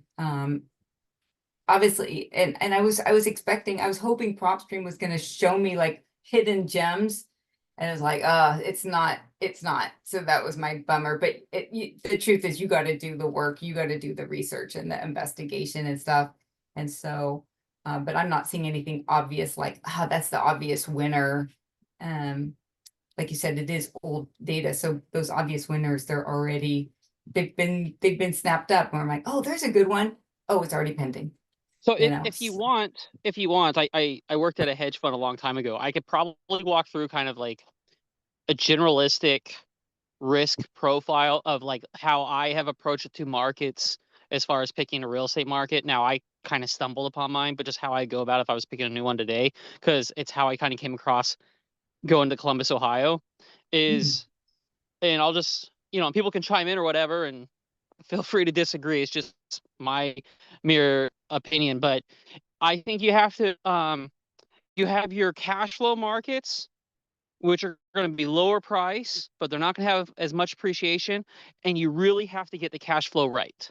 Because if you're in a cash flow heavy, low appreciation market and you get those cash flow numbers wrong, I mean, let's be honest, you're probably stuck with that. Or you become a desperate seller, which is never a good thing, especially in real estate, right? And so if you go with like appreciate markets that have a little cash flow but have been and expect to appreciate in the future, I think the appreciation can kind of cover up for some of for mistakes, whether they're new or not paying attention about the market, whatever it may be. It can kind of come across, the appreciation will cover it up, right? Like maybe you won't get as high of a return, but because it's appreciating, you're probably going to get a return regardless. It's just a matter of having something that has positive cash flow. And that's the hardest part about those markets. To me, I throw a third layer on there is I look at risk to my cash flow. And to me, that is, real estate taxes is one, but to me, the big one you really don't have much control over, and that's becoming a bigger player, is insurance. So I look and say, okay, what's the geographical area? What are the natural disasters, and how long do they happen, and how often do they happen? So Florida has been great to some, but inevitably some people are going to get caught in Florida and have got caught with insurance. And same thing with California and the forest fires. I live in Oregon, so that's one big thing for here. Certain parts of Oregon, certain parts of California, rolling blackouts. I mean, imagine you went 20 years with no rolling blackouts, and then suddenly 5 years ago, because of PG, you have a big fire, and now there's rolling blackouts, a couple times a year, unexpectedly. I mean, I don't know about you, but I'm ready to leave at that point, right? So I kind of look at stuff like that. Is look at, you want to look at your cash flow market versus the appreciation, but also what's the risk to either one of those, to it appreciating or to the cash flow. Is it a one company town, or is it, is it tech heavy? So for me, the reason why I like Columbus, Ohio, is that it was an industrial, it has a lot of industry there, but now you have tech and you have service and you have some other companies coming in there. Speaking of insurance, isn't a lot of the insurance companies moving there too? Yeah. Yeah. And to me, and then also you have Where'd you get that data? Where'd you get that? Where did you get that information? I got it so where I got it from is I have an old report, but what I look at is industrial real estate reports. Because industrial commercial real estate reports, because those, because industrial commercial real estate is companies buying buildings before they move in there. And so that's Marcellus and Millhap is a good free site that produces some reports. You'll get an email or whatever all the time from, but you give them a password, create a password and a login, and they'll have a different, they'll have a bunch of different macroeconomic reports. And I like the macroeconomic reports that focus on industrial real estate, because those are the ones that are telling me, hey, Intel is building a new chip factory that over the next 5 years is going to, over the next 5 years, they expect to have however many employees working there. Well, okay. Don't bet on it. I work there. Yeah, no, but I'm just saying those are the reports, right? And you're not looking for, oh, I'm going to buy near because Intel's going there, I'm going to buy there. You're looking for a cross section, right? It's not, oh, Intel's going there. It's like, wait, Honda and LG are doing an EV battery plant, and you have Intel over here, and you have this over here. Okay, now we have a bunch of different cross sections, right? I'm not looking for one company. I'm looking for multiple. I'm looking for companies from different sectors of the economy going to the same location, because to me, that's how you create a diversified economy. And if you have a diversified economy, if you have a house that is, let's say, 30 minutes from the Intel factory and 30 minutes from the Honda factory, that's probably not a bad location to have a duplex or something like that there, right? Yep. Hey, can you post that's how I look at it in the chat that you mentioned, the Marcellus and Millhap? All right, let me I'll go inside, bring up the website, and I'll put it in the chat. And Dwayne has his hand up too. Gina, did we get your question answered? Oh, okay, yeah, I'm just throwing stuff out there. So Dwayne, you have a question? Yeah, sorry for being impromptu a lot. I was on my cell phone, so everybody's cutting out, and I don't know when I cut out or when I cut in, so I wasn't sure about that. Can you all hear me? Yeah. Yes. Yeah, I have a question for Gina. When you do the prompt stream, right? What is your next course of action when you feel that PropStream has gathered enough data for what you're looking for?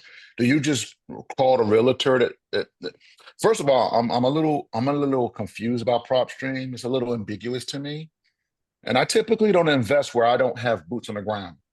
And so I have boots on the ground in about 5 or 6 different states. I just don't invest where people aren't. So I need physicality of people to be in their local neighborhoods for me to put my money out where they are. That's part of my requirements. I'm not big enough to do data. Okay. But my question to you is, what is your next step after PropStream? Does PropStream deal with aggregated data that's not on the MLS and that's on the MLS? Does it do both? Yes. Yes, but it is like delayed in terms of like, I'm thinking, oh, look, if there's one thing active on listing. Oh no, it's pending, but PropStream did not collect that information.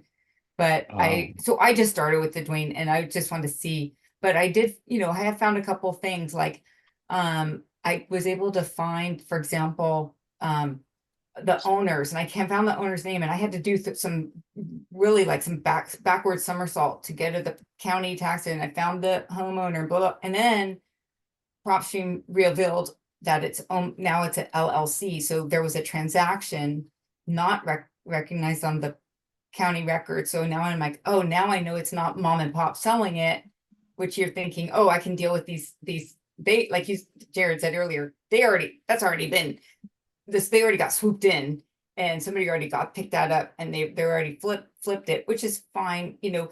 So it's completing the story before I go and have that conversation with the agent.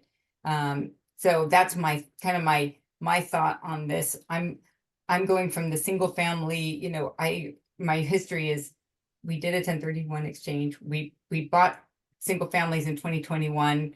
So we rode up, but it's not because I was so super smart. It was like we just rode up a wave. But now I'm like, okay, I'm doing a 1031 exchange. Now I want to be smart, you know, like I want to do this a little smartly, if that's the right word. And so that's where that's all this little extra research is, to really make sure I know who I'm dealing with, and etc. And then for me, Lars, I appreciate that information so much, because my you know, my research is I did pick markets that I already knew were kind of good growth-ish, you know. I just want, you know, stable. I like stability, but I'm looking in, where's my property manager? I love this property manager. That's where I'm looking, because he's protecting my money. So I could find a nice opportunity anywhere. So I'm like, I just might as well go where I know, and he knows it, and he'll make it work. That's my thought on that. So Yeah, I was just wondering if it would be worth my time, you know, labor wise, to do all that back, you know. I mean, you know, I've apprised my portfolio currently, and I never need a prop stream. So I was just curious, how much time would I be willing to give up to dig that out in the current state of my portfolio, or where I am now? And it's a big balance question, right? Will this tool really assist me? So thanks for that information. Nobody should put as much time as I waste in doing all this research. That's just my nerdiness. So yeah, I don't know, it could be beneficial. I mean, somebody else could probably add to that if doing at least one of these types of data sites will just validate and vet. But we just did a good example with, you know, with this other property. So I think that's kind of like you learn a few little things might be advantageous. Yeah, I think so too. Hey, thanks. Yeah. Alrighty. What's next?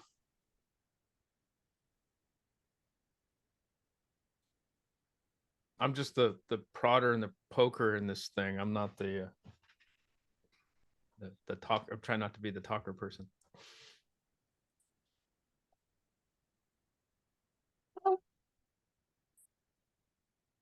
If nobody has anything, I do have something. And I think it's gonna come off weird, but I'm gonna ask it since we have a lull. I'm thinking about buying a primary in Arizona, and I live in Oregon, and I would be down there a good chunk of the year for my job, so it's valid. But the idea would be to buy the house as a primary, 5% down. It's a $500,000 house, so 25 grand down, and it's an alligator, so it will lose money even with me living in and doing a house hack. 4-bedroom house, 3 of the bedrooms would pay a good chunk of the mortgage, but it wouldn't pay it all. So I'm really considering doing this because it's in Gilbert, Arizona, and it's a good appreciating area, and it would lose money. But from my perspective, everything's perspective. Instead of dropping 100 grand plus on getting these properties, I could get into a $500,000 house for 25 grand, you know, plus some closing costs, relatively cheap, right? A third or a quarter of what I've been paying.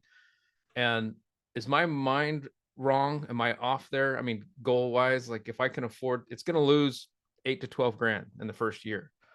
And then after that, I can rent out the room that I was using, and then it would only cash flow a couple $100, but it's not a cash flow play. It's an appreciation play, which I've never done before. So go ahead and hit me. I've got thick skin. Throw it at me. What do you think? Jared, cash on cash is king, man. And I don't know what your portfolio is. And if you have a wide enough portfolio where you can survive the blow and it doesn't affect you, kudos. But I would just go to Arizona and buy a duplex, or what they call these things, side room. That doesn't work from what I know. Well, I mean, it works. They're there. There's duplexes, triplexes, and quadplexes, because that was my first thought. they're all in horrible areas, like damn near war zones. And so Wow. I just, it doesn't work there. And then the What duplexes. about split? What about split pad? What is split pad?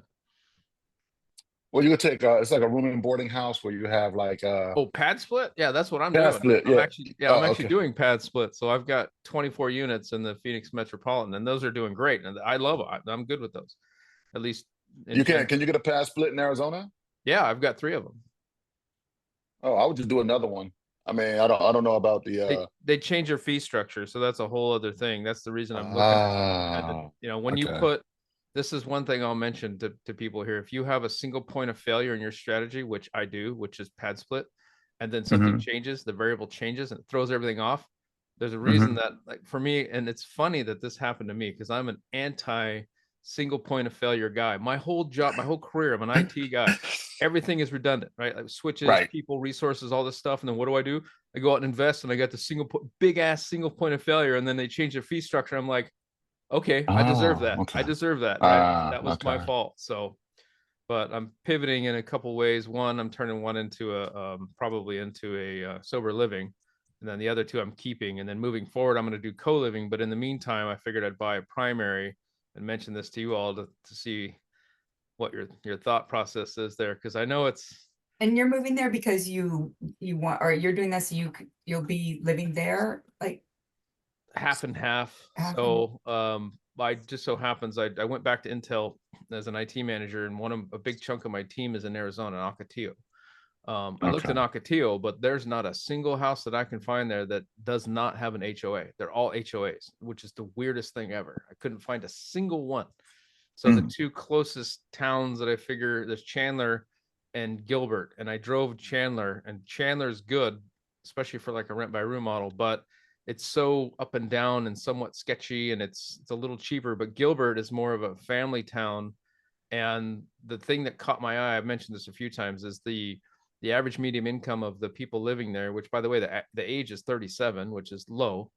But the average medium income is huge. It's like it's over 100 grand, and it's more than Scottsdale. We passed them up about 7 months ago. So the idea there is, hey, this is population growth is coming in. It's being gentrified. The values are going up. People are coming in with more money, blah, blah, blah. So I thought, well, maybe I'll do something dumb and buy a primary and then have it sustain itself. And, not in the first year. But the cash on cash return, Dwayne, that you'd mentioned is, I'm used to putting, 25, 30% down. And to me, 5% down, that's a dream, man. Like, get in there. Even if I lost 12 grand, it'd still be cheaper overall than I've been paying. So maybe I'm just dumb. I shouldn't be doing that sounds scary to me. I mean, Yeah. there's Yeah, gonna be you're not- layoff. Yep. I'm thinking there's gonna be layoffs. I'm really concerned layoffs. A lot of these hot young, whippersnappers are gonna be like crying, I think we're gonna have, I think we're getting ready for another GFC in the next couple of years. I mean, Yeah. it just, and that, I mean, I that's why I'm like, that's why I'm not that anxious I'm not that anxious to purchase, and I'm just playing around. It's like, if something came up that was just, so obvious. Yeah. I'm more like walking through these things myself. Just maybe I'm prepping for in 2 years when I take advantage of all these opportunities, but I don't think okay, what's another point of, what do you say, point of Data point. Failure. a single point of failure is like, Failure. Yeah. there could be, a couple, layoffs, everyone's getting pulled back to work. You guys maybe saw the Amazon,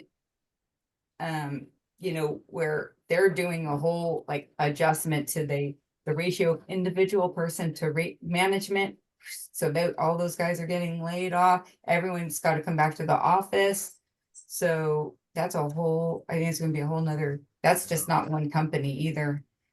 Yeah, if this is an adjacent to what Gina is saying, and I agree with her, is that 5 years from now or 3 years, you always think 3 years. I do a 3-year play on everything I do. Can you jump ahead of yourself in 3 years and look back and say, oh, I wish I would have did that. I missed the opportunity. This opportunity I can't do that with.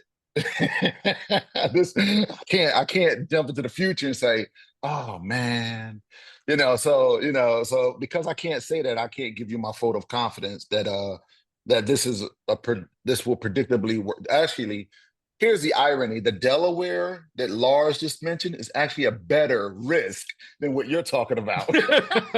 Yeah, I know. This is what I needed to hear. I didn't want to ask it because I don't want to, but I think I needed to hear this. I appreciate it.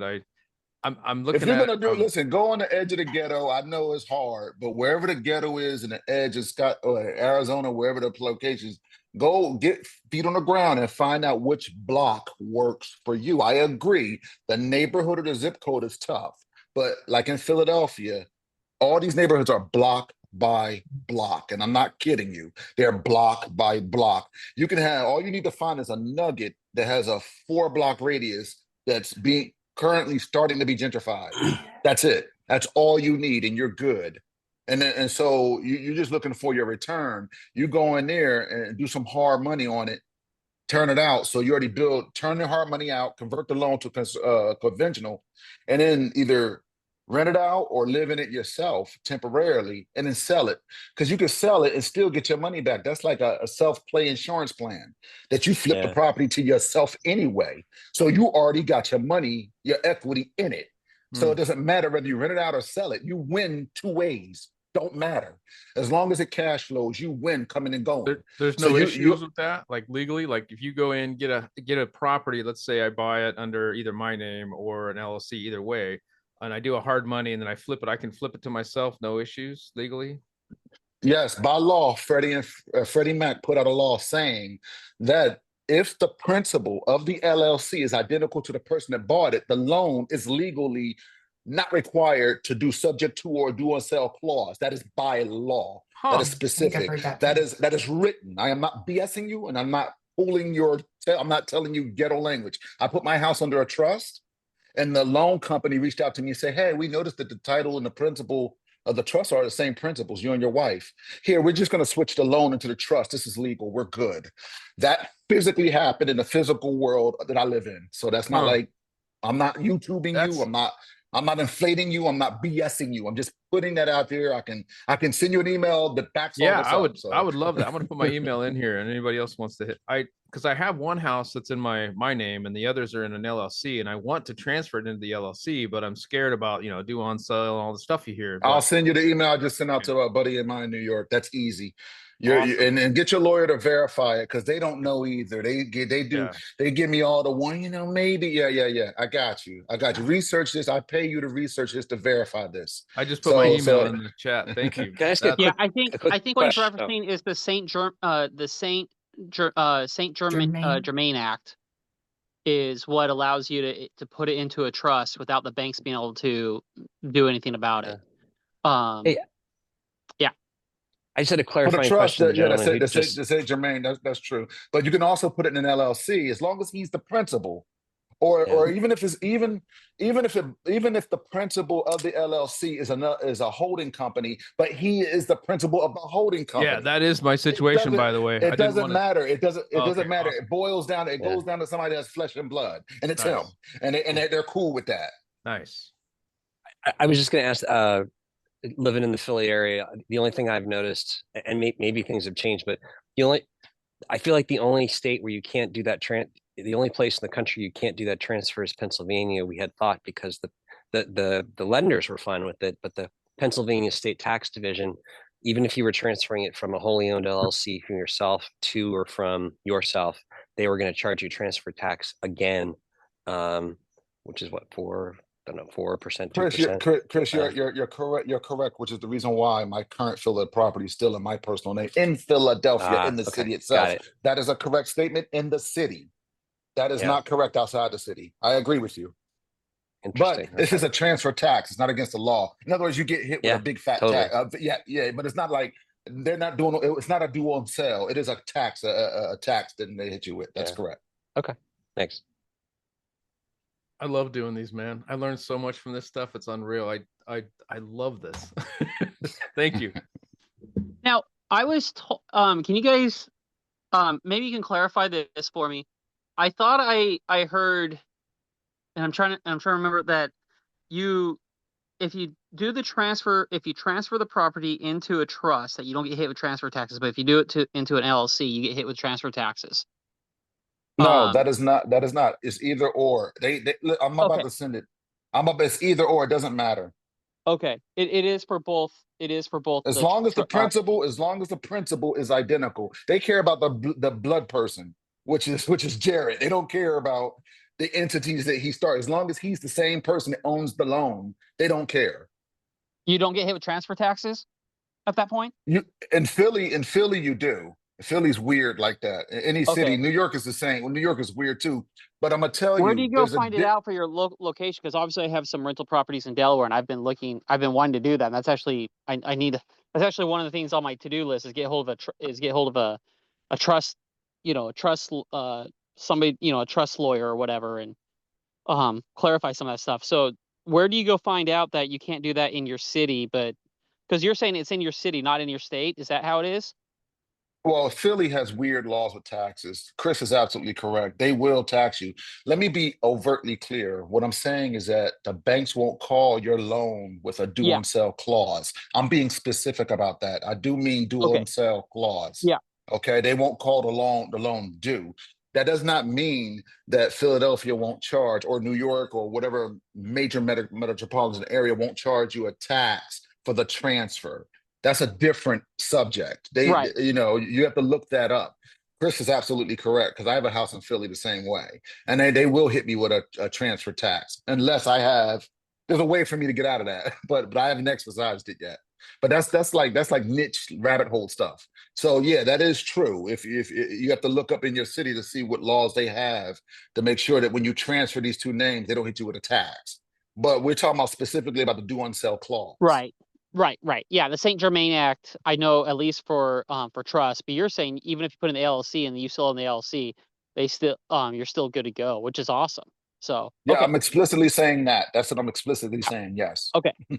So like if you did put it into, I don't know, you create a Delaware LLC, you create a Wyoming LLC and create a Delaware LLC, and as long as you're the owner and the Wyoming LLC is a holding company, as long as me and my spouse are still the same ownership of the holding company, we have nothing to worry about. You don't have anything to worry about. There is another bias. If the loaning institution is private and the loan is not backed by Freddie or Fannie, then they can impose anything they want, and you have to figure that out, to call them and figure out, hey, will you call this loan due if I do this? But usually most loans are Freddie and Fannie backed, right? So that's the only bias I'm going to throw in there, to be explicitly clear. I want to be. If you have a DSCR loan, you got to check with your DSCR lender, type of thing.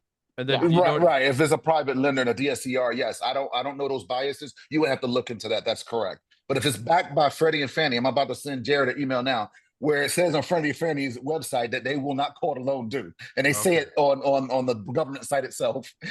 They suggest institutions not to call it due. So it just so happens that was a VA loan, so it's a little different than Freddie and Fact. But I'm guessing it's similar, or do you know? I don't know. So you have to figure that out. Here's one thing, Jared. One thing you got to remember about the VA is they're used to people moving around and all sorts of stuff like that. That I bought the way I became a landlord is we bought a house with a VA loan in Delaware. My family moved out. I went out there, tried out the job, and I thought I thought I was good to go. And so 3 months later, told my family to come out. We bought a house, all that stuff. And then I start going in, after I think it was my first or second mortgage payment, I start going in. I see every Monday there was one person less than the previous Friday. And so I started looking for a new job, and then I left. And the whole time I thought I had to get permission from the VA to rent it out. I went 6 months without renting it out, waiting for an answer from the VA. And then finally one day when I called him, because I called him monthly, I got oh yeah, we approved it. And it's like, where was the letter? And so it turned out I didn't have to get anything approved. And so that's one thing about this won't surprise you at the VA. They're really slow. They're really slow to catch on to anything. I didn't ask, I just did it. You're better than me. That was my mistake, right? That was my mistake, is I just should have just done it. I lost out on 6 months of rents waiting for an answer. So And that was my mistake. So I guess what I'm getting to is, with the VA is, even if they're, I mean, if you're really worried about it, you refinance it into a Fannie Freddie, and then you do, and then you do it like 2 months after. Oh, I'm not worried about it. I was just curious Yeah. if Dwayne knew. But hey, there's a follow-up question in this space. I think a lot of people listening might want to know. So let's say you do that. Let's say you have a primary and you bought it in your name, and then you roll it into an LLC. And then 2 years from now, like right now, the rates are dropping. Then what happens? Do you have issues refinancing when the property's moved into an LLC or vice versa? You have to pull it out of the LLC, like, and then do your thing, get it in your personal name, do your thing, and then you put it back in the LLC. That's something, I haven't done it, but that's what I was told, and I've been just talking about it, LLC. Right. I've seen other people, or I've heard of other people doing that. So yeah, if that's true, Gina, for a trust, because a bank will not sell your house if it's under a trust or any of your estate planning. I've seen that happen. They'll say, pull it out of your trust so we can sell your primary residence, and then you can do anything you want. Or that's true for refi also. If you want to refi your personal property, your primary mortgage, a bank will require you to pull it out of a trust, refi, and then put it back in the trust. And there's a seasoning period, right? There's a 6 months between doing these switches. So you got to be careful with the seasoning. They don't like to do it. If you put it in a trust right away, they want to see it out of your trust for 6 months first before they refi it in your personal name. I've seen that also. But for LLC, I don't know if that's explicitly true. It really does depend on the lending institution, and they will flag. I understand what Gina's saying. There's some wisdom there in what she's saying, but in my research and the mortgage people I know in Florida, they say this depends on the lending institution, whether they want to see it in the LLC or they don't. And if they don't, Gina's right. They will ask you to pull it out. That's But what I not all heard. of them. Not all of them work like that. Yeah. You can look for some that says, okay, we know it's him. It's cool. So. Yeah, I've heard that too, Gina. So that's why I purposely waited, and I'm waiting for these rates to, stabilize or get a good, guess at where I'm going to be at, and then refi that sucker, and then I'm gonna do all three, and then put them on the LLC, or put that one in the LLC. The other two are already in the LLC. So, thank you. Yeah, I don't know how much it costs to do the back and forth, but I'm having it's a pretty current conversation. So for once, something's kind of in my mind. Yeah, so that's what that's what I was told, but it may be up to a lender, or obviously your mileage may vary, type of thing. Right. So when I called my lender, I said, "Hey, I said, I'm like, Doug, can I have a holding company on my LLC, and then you still refi my LLCs?" And he said, "You want to be a pain in my ass, don't you, Dwayne? Don't you? And he started cussing. and so he said, and so I know that his mind was thinking like, yeah, it depends on the underwriting. And he started going to all these depends, rabbit hole scenarios. But I think that's a good point, though. The point is maybe you're asking the person who's going to have to do all the work. No, they don't want to deal with all that.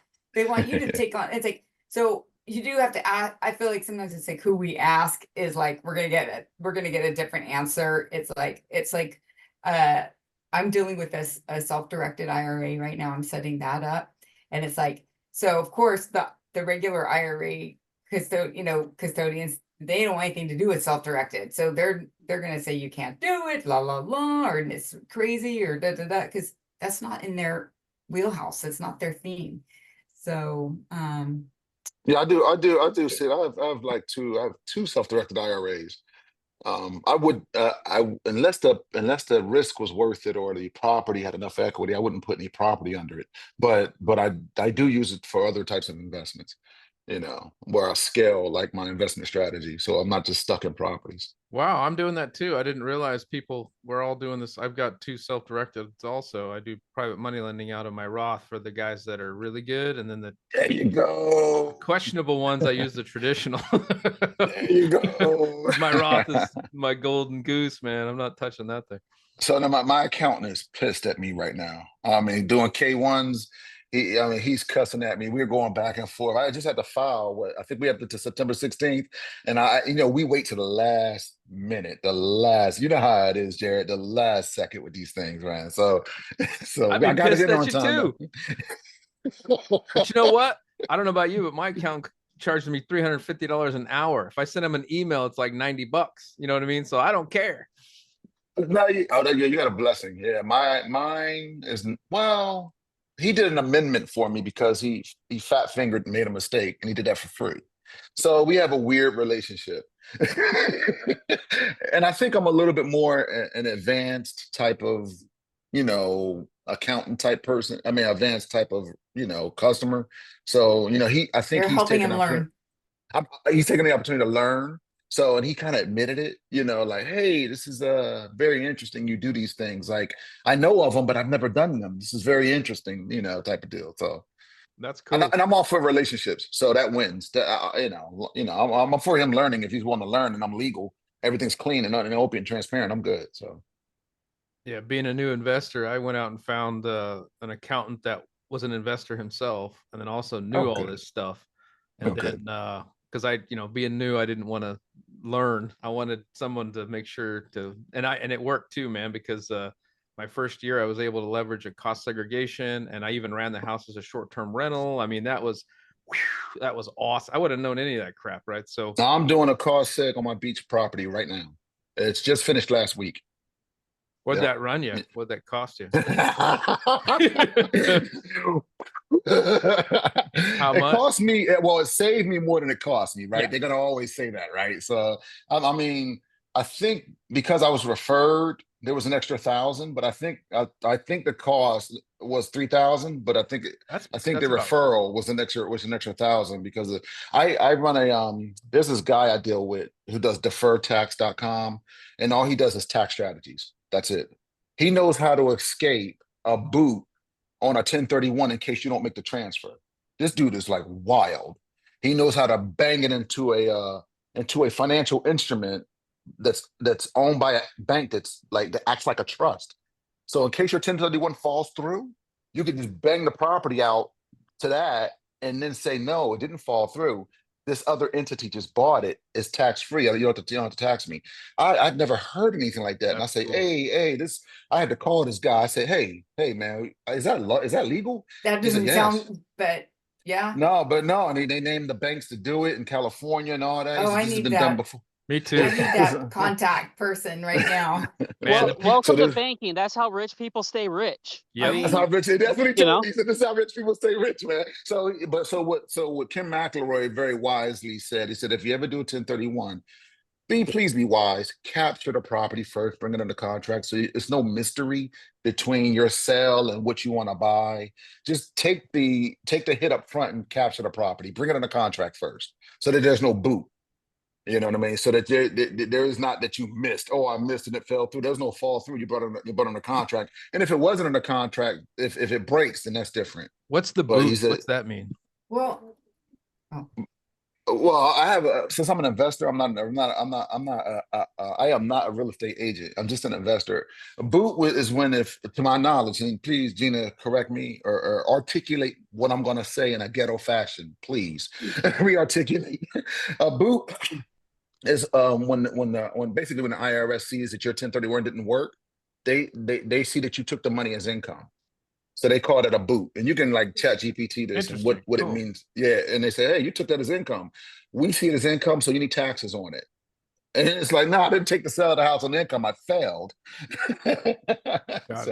Thanks, same man. difference. If the cash reverted back to you, yeah, you pay boot, you pay taxes. I guess it's in a way. So that's what they call it, boot. You could do also like a 1031 and hold back. Let's say, I'm gonna just hold back a portion of that, and I'm gonna pay boot on the cash I'm gonna, and then I'll reinvest the rest.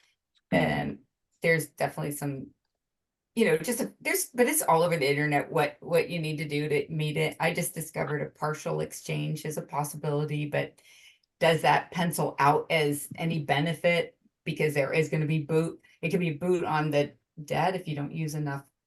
You have to have exactly or more loan and debt. Right. That's what I'm trying to get away from.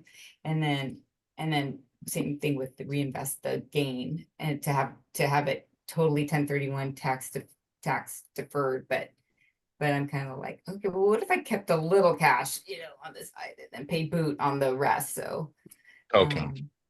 yeah. Yeah, I've never done a 1031. I'm a buy and hold, so I hold for a while. You know, usually I tend to hold. I outhold my investment, so I don't care about if it's in a ghetto or wherever it is. My strategy is to outhold it. You know, and just cash flow Good. until it pays me back, and I outhold it. Even if it takes me Exactly. 3 years, Yeah. even if it takes me 3 years to clear, I've already pre-calculated all that, so I don't That's care. nice. Good. So I don't say, oh, I need to see my money right away. No, I wouldn't have never took risk with this money or this equity if I didn't have that plan in play. Period. Now, if I want to make real fast money, I know who to call to make 15% on my cash. You know what I mean? That's a different investment strategy. But here I like the asset.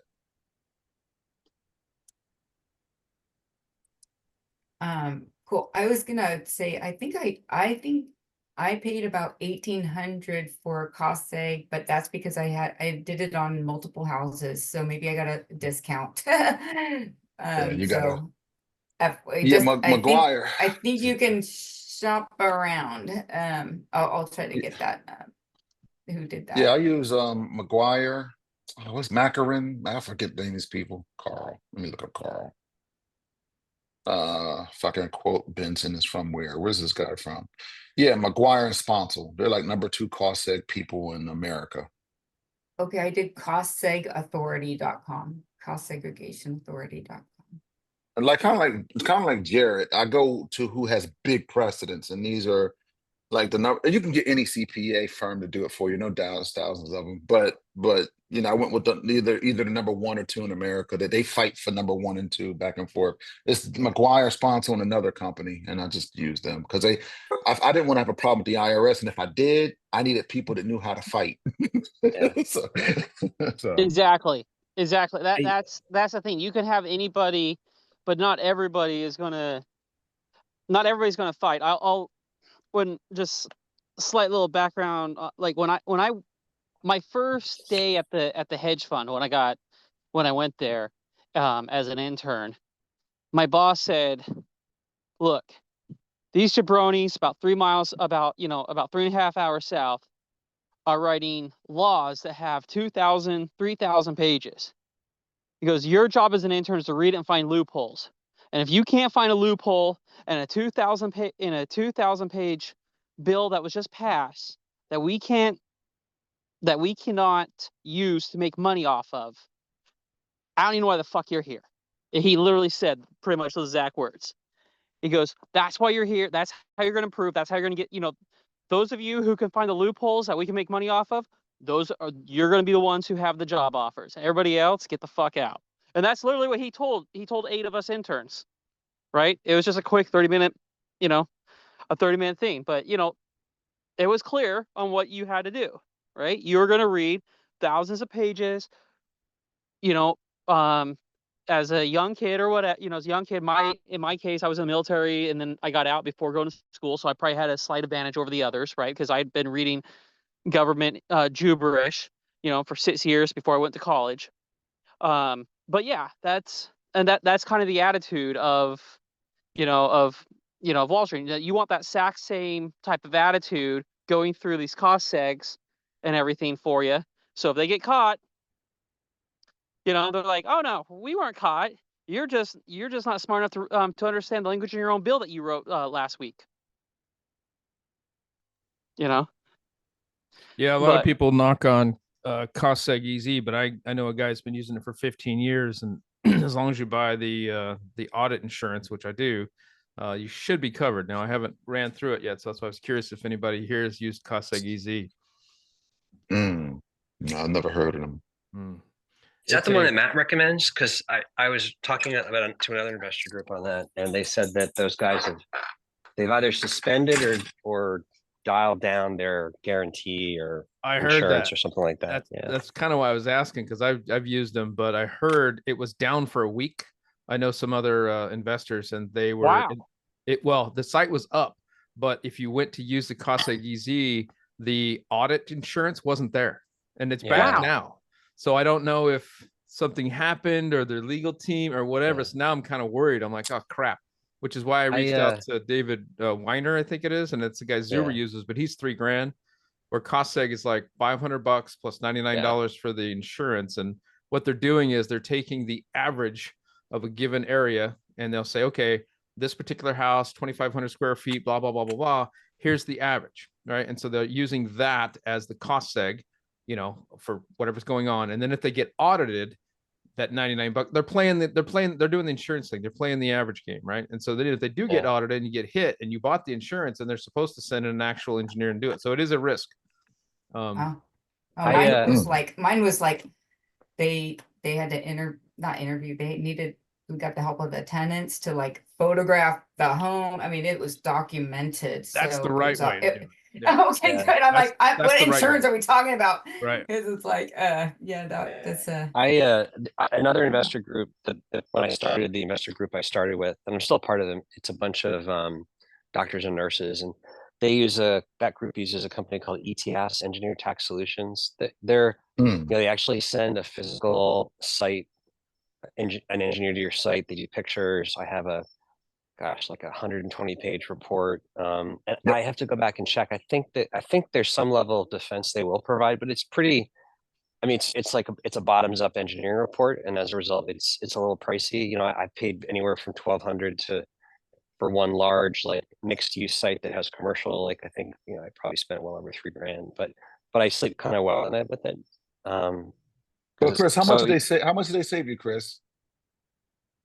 I would say, well, my first year, so I'm doing reps, right? So they've pulled forward collectively for me probably well over $200,000 in the last 2 or 3 years across. That's across, you know, 5 or 6 acquisitions, but still. That was worth it. I mean, man, that's good. Those are good numbers, man. No brainer. Yep. The only thing I would say I was a little bit naive on is I never really took the time to really understand the other side of that coin around what happens if you sell. Now I'm not planning on selling, so it's in theory it's not an issue, but recapture. There is a recapture risk if I had to. I was told by McGuire, they said yes, there's recapture, but it's worth it if you plan on holding for 5 years plus. Okay. And I said, oh, that's the math. He says, we wouldn't even advise you if you didn't hold it minimally for 3. And we do that math for you as well. So 1031 and you're good anyway, right? So let me ask you this.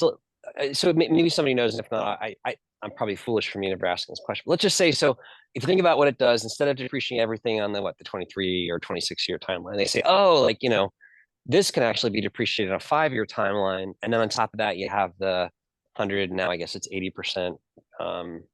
You know, you can accelerate that to your first year, but like, so in theory, if they pull a lot of it from 23 into 5, and you ride that 5 years out, and there's no recapture in any of that, is that kind of the logic? Am I thinking about that right? The recap. It's not that. Is that the recapture was so small until you made more in the recapture out of the 5 years than it would be when you sold it. Then what you have to pay back when you sell it at 5 years. You made more in the recapture in the first year than what you have to pay back on the 5th year. Okay. And so that was and they do all the math and start McGuire. They show you all the math on that stuff. But if you 1031, there's nothing to lose, right? No, there's still recapture still happens on 1031. So my I did not know that. No, that was a nice one. No. I don't know. Gina, you got to help Gina. That's a gotcha. No, that's the whole point. No, that's the whole point.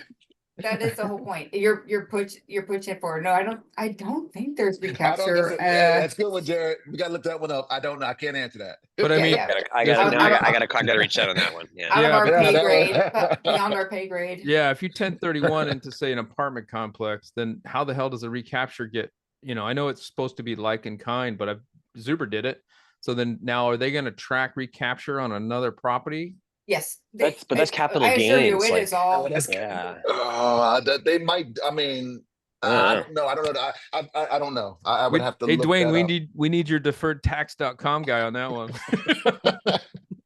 That's a good question. I mean, that's a really, really good question. I would like to say that the government is evil and they would find a way to get the recapture out of the 1031 exchange and capture it. And they may be 3 years slow on it, but they would chase you. That's what I would like to say, but I don't know. No, I don't think so. I think definitely, you know, I really trust, I think my CPA is that she's a little bit of that elevated savvy as far as the real estate investing. That's kind of her area of doing taxes. And so I don't think yeah, that wouldn't be beneficial. She wouldn't let me do that without sharing, letting me know anything like that. Yeah. Reading me the consequences. Yeah. In fact, and I was going to make a point also about hiring a cost company. I felt like it was an advantage for me for the cost company that came. She recommended them.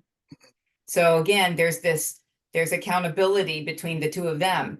So I did have a little bit of a little thing that they did was like a little bit not cool, which was they dilly-dallied on getting the job done in a timely fashion in order to get the taxes done. And then when the push came to shove, it was a Friday and I'm dealing with their customer service or my contact person who's like, whatever. He's like, Lars intern. I'm just kidding. Lars. And he was like nicest guy ever, but like dropping the ball. And I'm like, hey, and I was able to call this guy, this super manager guy and go, who I had talked to and go, excuse me, this is not going to fly. You will be getting it done. And he knows I'm going to call the tax person who deals with, that's going to be a bad thing for him. Bottom line. So I just want to say, sometimes working with, rather than cobbling your own team, people who know each other, then they kind of keep each other, they got to look good. That's my philosophy on it. Yeah, I do the same thing. It's just I do it in email, and the right CCs are including my lawyer. So we want to play this game. Don't mess with Dwayne, man.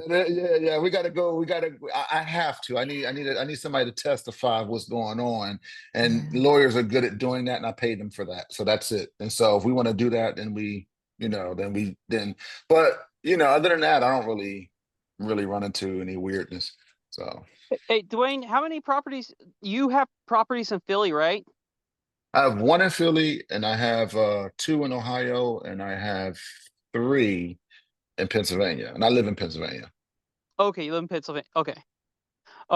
Yeah, no, you were talking about like block by block, and I was wondering if you'd ever gone up to Newark or Newark, Delaware at all, but I don't know that. I didn't know if you lived in Philly, because you talking about block by block, that made it sound like to me you had lived there.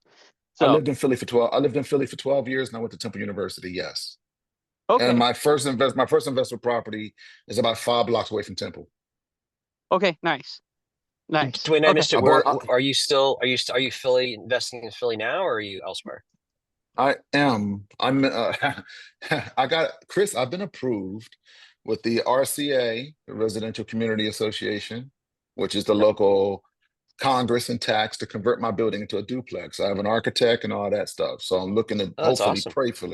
prayfully start that project next year. I was 100,000 short last year when I tried to do it, but next year, hopefully I can raise some more capital and then convert it to a duplex. I'm in Lancaster, out in the Philly burbs, like Collegeville, Phoenixville, Trapp, King of Prussia. At some point we should catch up.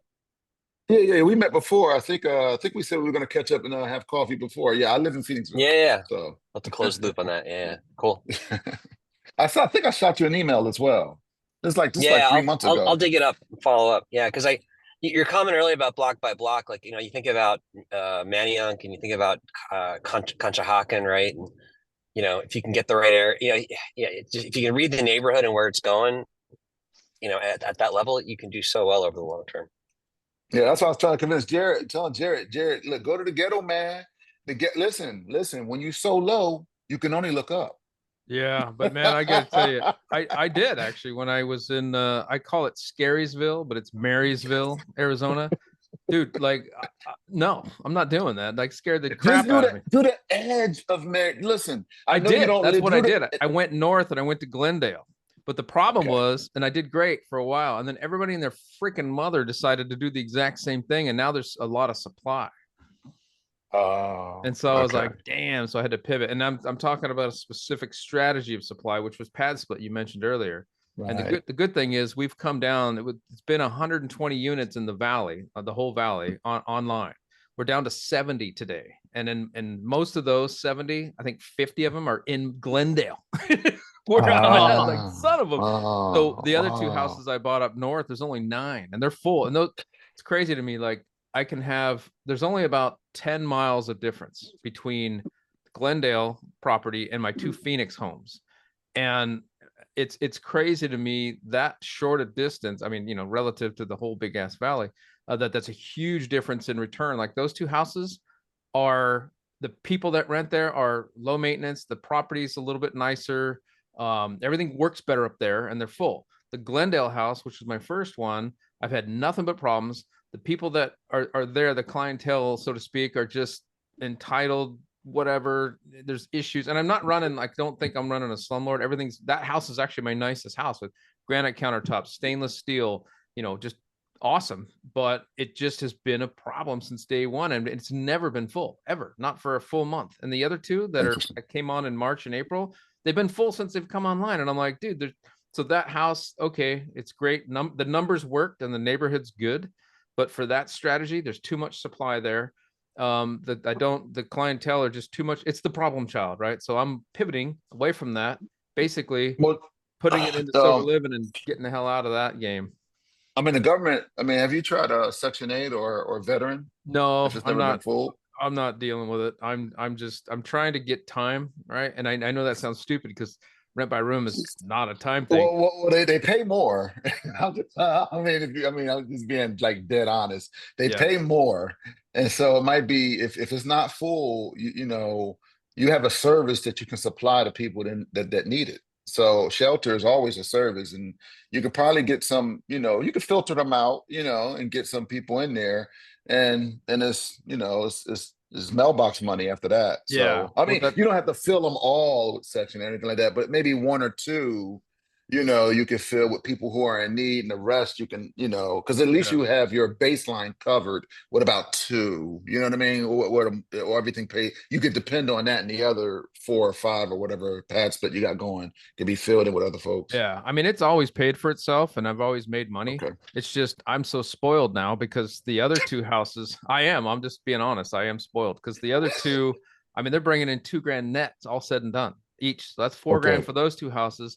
This thing has always been like, and part of that's the debt, but because my cash on that is, I say the numbers and people say I'm full of crap, but I bought it with a VA loan with nothing down. So it's 38% return, right? Because I'm 9% in. So it's awesome from that angle, but from the monthly cash flow angle, I'm coming in 1,100 net, sometimes 15, sometimes 100, right?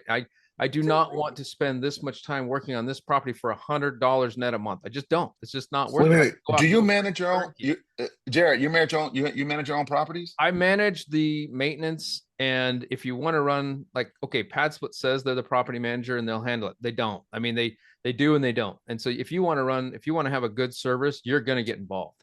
And they also supposedly do the marketing, and they do, but they do it up to 80%, right? Their goal is 80% after that. So the way, I'm going down this real quick, but I'll just do really, really fast. All my properties are 8-bedroom houses. I took like 2,500 square foot houses, added bedrooms. So they're all 8-bedroom, 2.5 or 3 bath. The first 4 pay the mortgage. The 5th one pays utilities. 6, 7, and 8 is all profit.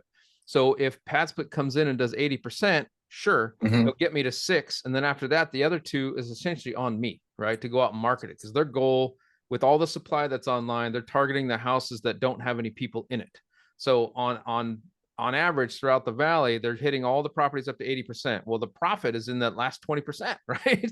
So you got to go do that part. And I did. It's easier to market for those other 2 properties. For the Glendale property with all the supply online and people moving around and all this crap and the new fee structure, to me, it's just not worth it. And so I understand the Section 8 thing, but eventually I want to get to a point where I'm not dealing with this. So that's why sober living is the arbitrage. I'm not going to run the sober living. I'm going to rent to a tenant that does sober living, and they pay 25% over LTR. And with my property, they're going to pay a little bit more because I have solar and it's 8-bedroom, not 5. So I can bring in 1,400 net, almost guaranteed, with a 3-year lease and be off. You know what I mean? So to me, dude, I'm all about it.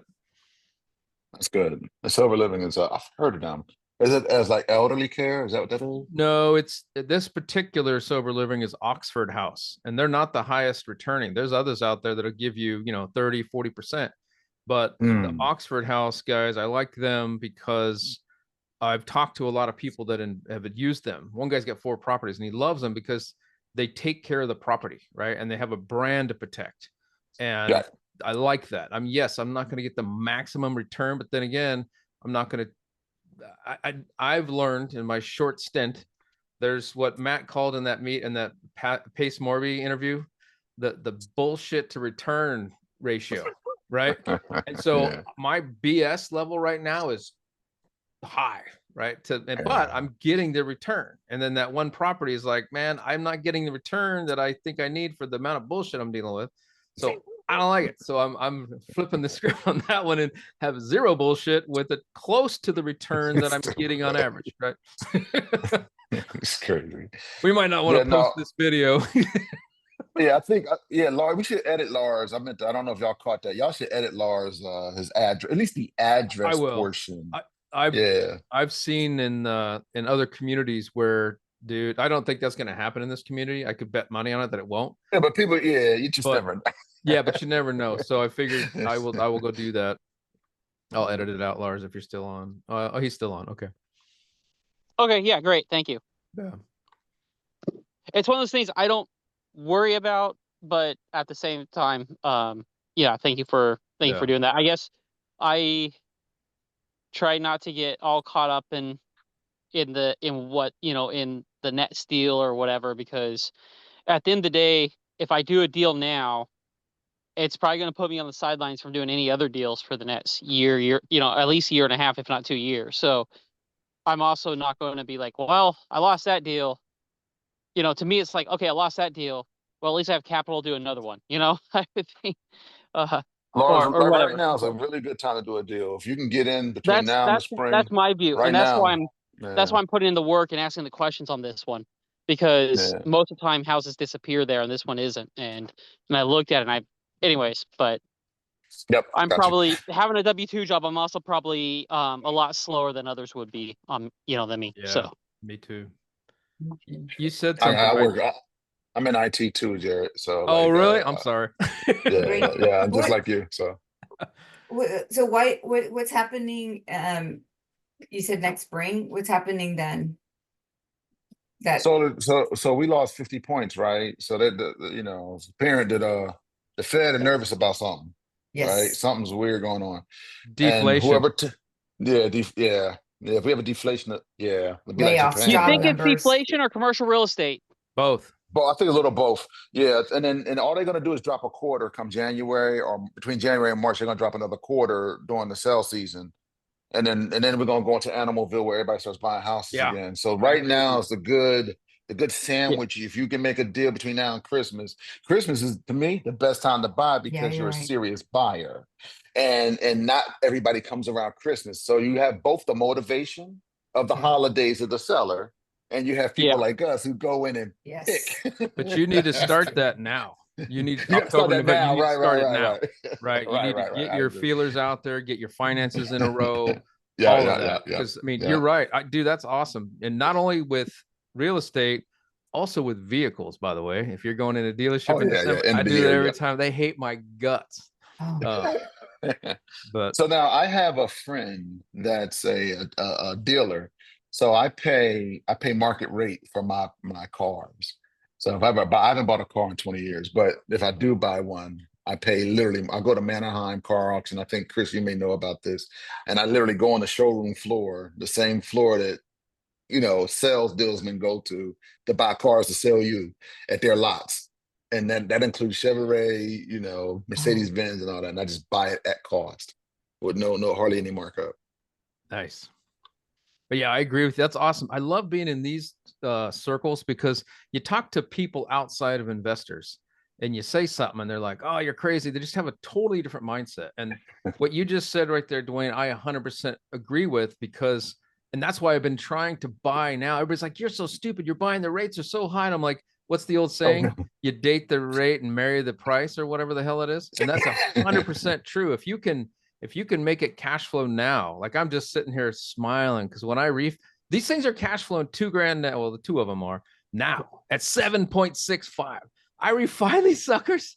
Oh, I've done the you're math. yeah. Wonderful. $1,500 more across 3. I mean, dude, I'm happy, right? Yeah. So, Yeah. and that's at a 5.5 rate. So if we get it lower, if we have a 4 handle, I'm throwing a freaking party. Everybody's invited. It's on Well, me. that's not good. That's not good for the economy, but No. that's not going to happen. They should never go under 5, to be honest with you. I think we're done. Like, we have too much debt. So, Yeah. Well, I'll pay to get there. I'll pay points to get to that 4 handle. I mean, that's different. Yeah, you pay points. You pay points. That's different. Yeah. Yeah. I paid points That's to get to true. that 765. I Oh, was wow. 8.25 or something. Well, I'm a novice investor, so they're like, "This guy's crazy, man." They were just every time I went back, said, "I want to buy another house." They're like, "What? You're out of your mind." Anyway, so I like being in these meetings because it helps reinforce that there's other people that are just as crazy as I am, just like you, Dwayne. I appreciate it. You Well, too, I'll, Tina. Absolutely. hey, Jared. So for me, like on cars, I like to buy hybrids, particularly Toyota hybrids that are over 100,000 miles. And the reason why is because the factory has gone, because the warranty has gone away, and the 100,000 mile warranty has gone down, has gone away. But Toyotas generally last, and everybody goes, "Oh, what about the batteries?" and so forth. What I found is right about 110,000 miles, your hybrids drop below gas, their gas counterparts on the Toyotas anyways. The prices actually drop below as far as the used car price. At least they did. They've done it both times we've bought ours. But I also did a lot of research and found out that on a whole, amongst all, hybrids, not plug-in hybrids, but hybrids compared to the gas counterparts, last 50,000 miles more than their gas counterparts. And so it isn't about, saving money. I mean, it is about saving money. It's not about saving money on gas. It's about saving money as a whole, right? Because if I can get that car, instead of going 300,000, go 350,000 miles, that's that much longer without a car payment for me. And, the gas mileage is like an extra benefit. And as far as repairs go, the hybrids break down less, but they cost more to fix, and the gas is the exact opposite. The cost ends up being the exact same over the life of the car, as far as the repairs go, because the hybrids are more expensive, but they last longer, etc. To fix. So, anyways, that's what I've done on. Yeah, that's what we've done with our two cars. I can totally vouch that we got a 2012 Prius. Like we got it like was 5-6 years old. The thing was just a rock. It was just rock solid until my daughter totaled it, but that's a separate issue. But they're fantastic. It's good until you meet a tree or something, right? Yeah. Those trees are fast, man. They'll sneak up on you. Yeah, well, actually, it killed it. You'll get a kick out of this, Dwayne. So like I bought it 4 years old from a teacher in Connecticut. It was like 80,000 miles. I drove it for the first 6 months because I like to do that for a car I'm going to give my kids, and then she drove it for another 6 years, and then she totaled it like last year. But the price of parts with all the COVID stuff had gone up so high that the insurance company totaled it, and all she did was tap the car in front of her, but the bag did go off, and I got $300 less than I paid for it in residual in the value check from USAA. So because the used car market had gone so crazy, so which was awesome. That's hilarious. I'm using USAA for my insurance for all the properties and cars and all that stuff too. And I've actually had a claim, $30,000 claim, and it was cool. And my rates didn't go up. So I'm like, but this was before, I think this was before COVID. So I'm curious now if something would happen because of all the disasters and the insurance premium and all that, what would happen there. So I have seen it. My insurance. Yeah, I have seen USAA, like if the property looks, what they started doing about 2 years ago, anything I bought, they send somebody out to do an inspection, like, if you're getting a rental property insurance, and they're kind of just validating, like, what level of, because maybe when you fill out that form, they're like, what level of finish do you have? Is it like, laminate countertops or granite? Is it vinyl or is it like stucco or whatever? And, but they never really adjusted my rates. I did see a little bit of a bump in the last year, but I think they changed their deductible structure. So I went in and maxed out most of my deductibles, and I did too. Mine are all 10, a lot of that. Is 10 grand your max deductible? I think that's right. I have to check. It's 10. I think it's 10K or X percent Yeah. something I did like that too, because I don't plan on having any claims. And if something goes wrong, I'm paying for it. You know what I mean? Unless it's burned down. Unless it burns down. Yeah, you know, so that way because I'm pretty sure if I was to have that $30,000 claim today, pretty sure the rates were going to go up, and that's going to be across the board. So that's what I'm scared of. You know, I don't want to have a claim and then they jack up everything. So I'm just gonna. That's what I had to make it. I had to make it pencil as a long-term rental. So I had to put my deductibles at 10 grand to bring down my payment. Yeah. So if you guys, that's a little trick, you know, instead of having the $2,000 deductible for your insurance, if you're close on your loan, you can raise the deductible, bring down your insurance payment. Therefore, you come in at the long-term rental rates. So you can also play around with you can also play around with the like, I forget what they call it. Like, there's what you owe, but then you can say like what's the value of the house to rebuild it, and they actually let you enter that, right? So you can, is it 500K to rebuild? Is it 800K? And so you can modulate that depending on how much risk you want to take. Yeah. But I will say, the one thing I haven't figured out, Jared, is like, I mean, you know, because we have everything with them except our primary home, that, you know, they say, well, normally your insurance would be X and you get all these discounts because you got a bunch of stuff with us. I wonder if without that, if it would really be competitive or not. I haven't actually checked that. We can compare. I have my primary with USAA as well as all the rental properties. Yeah. The one thing I'm concerned about is I have rental coverage, but with my strategy, let's say I had a claim on one of those, because it's rent by room, I wonder if that's covered under their rental thing, and that's something I should probably check into. You know what I mean? Because the only question they added in the new property ad form, you know, for underwriting was, will people be staying there for under 30 days? There's nothing that really tests around the rent by room. That's true. I remember. I wonder. Be good to figure that out though. Yeah. Yeah. I'll ask in the community if anybody's had a claim with the rent by room and see what their insurance company said, because I would really like to know, because future might shock me. Well, it looks like we've got we're dwindling here as far as participants, but that's okay. It's fun. I feel bad for the people that left early, because for me, the last half hour with all these nuggets, I'm like, oh man, I'm taking notes and everything. So that's something I should post in SKOOL, I think, because I've been taking notes for every one of these sessions, but I've been doing it for Zuber.